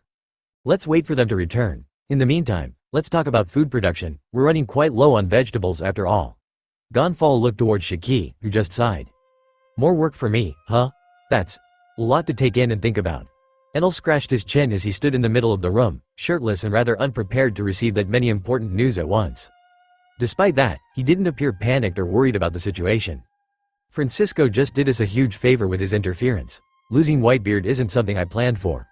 Even if they now had a powerful army, the Sky King still thought that someone of Whitebeard's caliber was going to be almost vital during the war. Enal knew better than to underestimate Edward Newgate's devil fruit, the one power said to be capable of destroying the world. Hell, he wouldn't even question someone if they put it on the same rank as the god fruits. It was just that powerful. Losing Kaido was potentially an issue in itself, as Enal now had to look into other ways for Nika to awaken. Things are bound to get messy now, but it can't be helped. The Lightning Emperor sighed before looking at the people present in the room with a bored gaze before his eyes settled onto Garp. Garp, I understand why you didn't wish to interrupt my training, but please inform me if something as significant as Francisco leaving the Sky Islands happens. Garp huffed a bit before turning his head away, and on the matter of him being allowed to continue his journey, I also agree. Garp seemed to pout at that, turning his head and whispering some random complaints to Sengoku, who just shook his head. I will have to go pay Sphinx Island a visit now, unfortunately, which has to put our training on pause for now. Enal continued speaking, thinking through a few things before deciding on his next actions. And why is that? Garp crossed his arms and scowled at Enal. Does he want to slack off already? No, he's been pretty diligent all this time. Showed no signs that he was getting tired of it already. I have to meet up with Whitebeard before he actually dies. I bet Kaido did a number on him. I'll plan on taking Bonnie and Shiki with me. I did hear he was gravely injured as well. His illness also doesn't show any signs of letting up. I do understand your intentions. Sengoku shook his head, crossing his arms as he seemed to be in deep thought for a second. I get that you're leaving with Bonnie, but why does this golden rat also need to come along? Garp said as he narrowed his eyes at his captain. If Shiki was offended by the snarky insult, then he sure as hell didn't react to it. But he did respond with a bored tone. Well, clearly our little sky archipelago is getting a small expansion. Good thing Francisco is still there. It'll be easier to cut the island up and float it up. The golden lion sighed as he crossed his bladed legs and leaned back into his couch. Wait a minute. Floating up another new island to the skies will certainly attract some eyes. Are you sure this is the best course of action? Akainu perked up when hearing that. He addressed Enal directly, his voice loud enough to echo through the entire building. Steam seemed to be radiating from his shoulders as the atmosphere in the room heated up a bit. Sakazuki's devil fruit did have the habit of going off on its own at times, especially whenever he was feeling strongly about something. But he did have control over it, so most people just assumed he used it to emphasize a point or to express his feelings. One could say it had become part of his volcanic attitude. It might attract some eyes, sure. It's more likely they'll notice it's missing afterwards though. Shiki smiled a bit as he remembered the way he had floated up islands in the past. He had some experience in doing it after all. Regardless, some of the people in the room weren't as convinced. It might be riskier this time. Agents would certainly keep an eye on someone like Whitebeard. Aokiji scratched his chin, exhaling some steam and cooling off the atmosphere in the room a bit, noticing that it was making Gon fall a bit uncomfortable. The change in temperature was much appreciated, and the conversation continued from there. Many either agreed or disagreed. On one hand, having Whitebeard closer could be a good choice for them, but it would also leave all of Whitebeard's other territories empty and ripe for the taking. There was obviously the risk of the world government noticing a big island traveling through the New World, and trying to either shoot it down with Pluton cannons or follow it back to their sky islands. The consensus was that the government was definitely aware of Kaido's attack on Whitebeard. It was impossible for them not to know, especially since Shanks had claimed that there were CP agents present on Wano. Shiki was confident that he'd be able to do it unnoticed. Dragon also seemed to think that it was possible, but he couldn't deny that there was a bigger risk to it than necessary. It might be better to just go and heal up Whitebeard.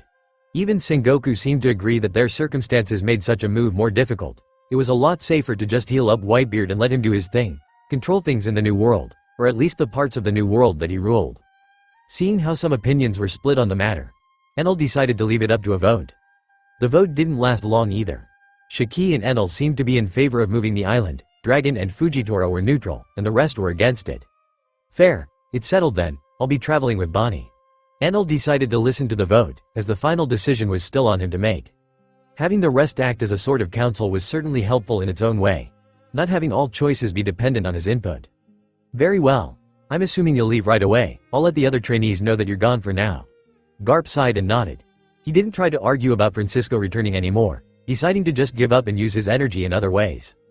Things like training his students, the Skyguards and the Neo Marines. Hell, Kobe and Helmeppo had had their training pursued for quite some time after the war at Marineford.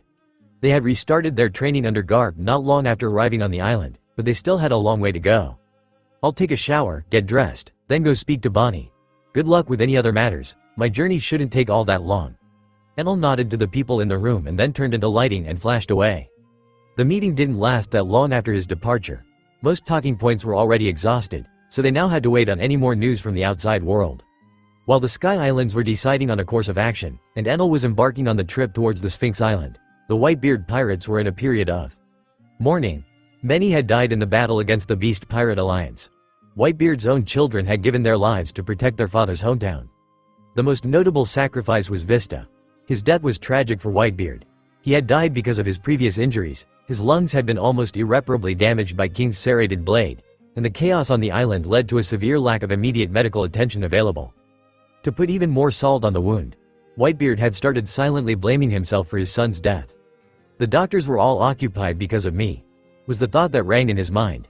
It echoed off of the walls of his psyche, damaging it further as he spiraled into a pathetic bout of self-pity. A mental episode that Ace was quick to slap him awake from.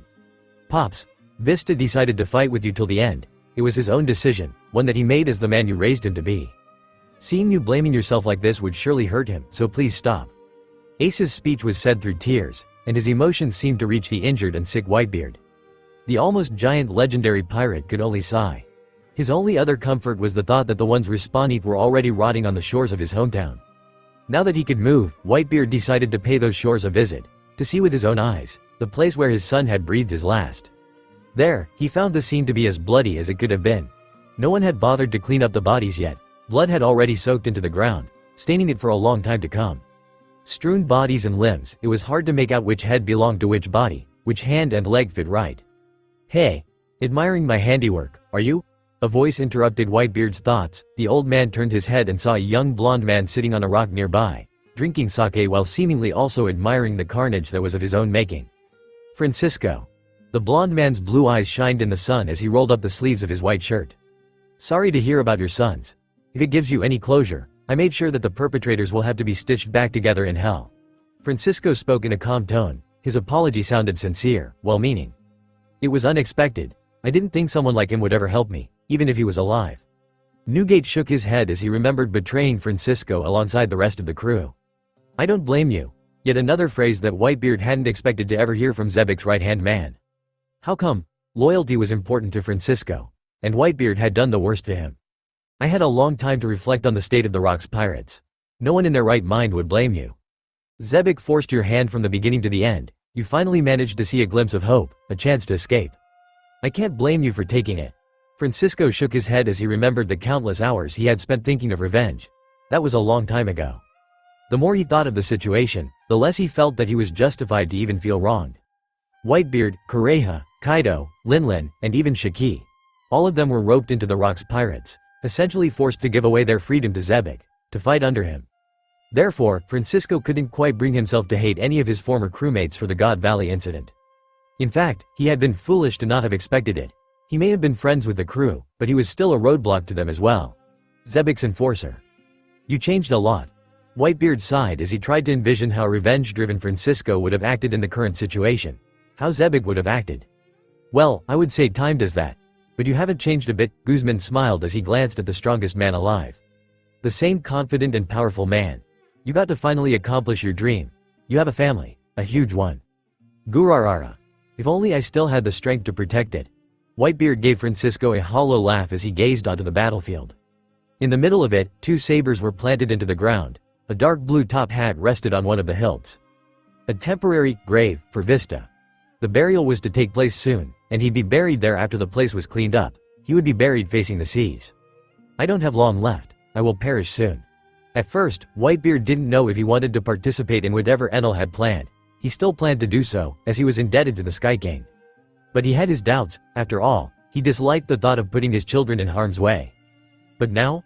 What's the point of avoiding conflict if it's going to find us anyway? Whitebeard knew that.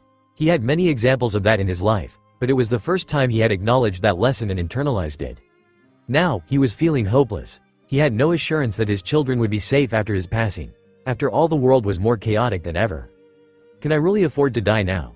Leave my remaining sons in such chaos while I go and join Vista and the others in eternal rest? The answer was no. Even if it was inevitable, Whitebeard refused to acknowledge it. There must be a way for him to keep fighting, to secure a bright future for his sons. Without wasting any time, the old pirate turned his head towards Francisco, who was silently looking at him. How did you recover your youth, Francisco? Bonnie's eyes widened a bit when seeing the strange island on the horizon. Looking down at it from the clouds, she could see just how damaged it was. Was it supposed to be just one island? Looks more like 2. The aging pirate's bored voice broke the silence on the small floating ship. She was dressed in her usual attire, smaller, revealing clothes, which could fit her during transformations. It was just part of her style. From the reports, Francisco may have had a hand in that. By her side laid Enal, lazily sprawled on the railing of his floating ship, dressed in a pair of dark blue pants which were rolled up to his knee. His torso was uncovered, but he did wear his usual white fur-long coat, which flopped down on the deck of his ship. His earlobes were adorned with white gold earrings, and his golden hair was swept backwards. It was static despite the wind. I'm not even surprised at this point.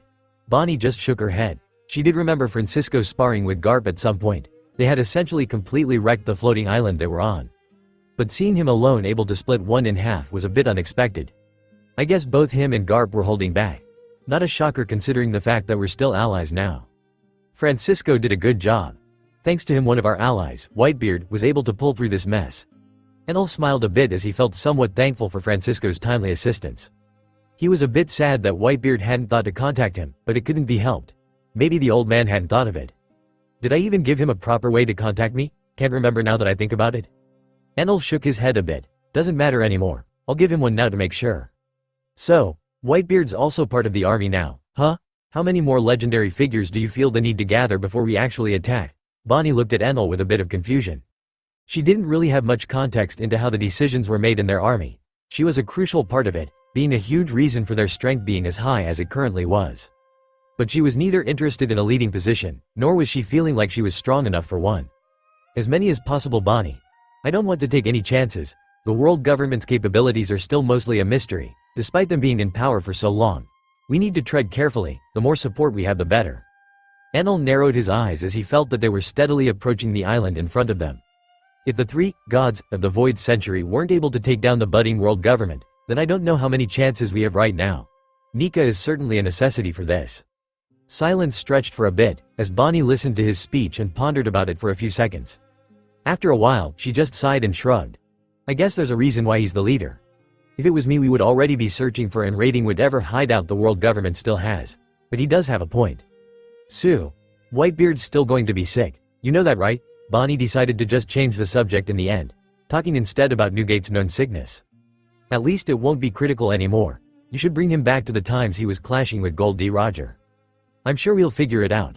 Bonnie sighed as their ship finally reached the skies above Sphinx Island. The journey had taken them a bit less than a week. Enal had gone at full speed most of the journey, and Bonnie has mostly glued to her seat thanks to that. But at least she got some good sleep along the way. When they landed on the island, they were surrounded by quite a few pirates, but they weren't hostile. They recognized Enal's appearance and had even seen his ship from afar. Sky King Enal. Ace stood there with a rather complicated expression, looking up at the man that had saved his life and that of his father with both reverence and a hint of fear. Someone that even Francisco calls Captain. He seems pretty composed. "How's Newgate?" Enal landed on his feet, and Bonnie jumped down beside him, as the ship contorted behind them and turned into a pair of gauntlets and greaves. "Pops isn't doing so good." Ace was the one to speak up, looking at his savior with that same complex expression. Edward Newgate had been holding on for much longer than anyone would have expected, but it seemed his time was drawing to a close. That was also the reason why Ace couldn't even bring himself to be happy about seeing his savior. "Understood. Take us to him." Enal's voice was calm, his tone clarified that his words were more of a command than a request. Ace just nodded and gestured for the Lightning Emperor to follow him, with Bonnie trailing right behind him, gazing around at the island with a curious expression. The pirates that had gathered around Enal's ship greeted the Sky King with smiles on their faces, but their eyes still looked pained. It seemed that no one was really prepared to watch Whitebeard die. Everyone's so bummed out. "I guess they're in for a surprise, huh?" Bonnie smiled mischievously for a second as she trailed behind Enal. Surprisingly, Ace didn't lead them to a warm bed or an infirmary. Instead, he led them to another part of the island. It was clear that a battle had taken place there. The ground was scarred and it still seemed to have a red hue to it. There were no bodies in sight though. Just one grave, one carved out of white stone. 2 hilts rested by it. 2 long sabers were stabbed into it, crossed together, and a dark blue top hat rested on the hilt of one of the sabers. Around them was draped a large black cape, held together by a thorny rose ornament. Engraved into the stone was a name, Vista of the Flower Swords. A small passage was carved underneath that name. "Here lies a steadfast and determined swordsman, a man of principle, a good leader, a protector, and the greatest son one could ever ask for." Enal scowled a bit when noticing it. He hadn't received any reports about Vista losing his life. Shame, he was a powerful man. He even clashed with the strongest swordsman in the past. The Sky King shook his head, somewhat disappointed that such a good man had to die. Bonnie didn't have much of a reaction. She did remember some things about Vista, but it was mostly that he was the 5th Division commander of the Whitebeard Pirates. She didn't know him as a person in any way, so she wasn't all that invested. But to the ones that knew him, to people like Ace, passing by his grave was a painful experience. Ace didn't spend a lot of time near the grave. He only glanced at it, before his head hung down. The young pirate led the Emperor and Bonnie further towards the edge of the island.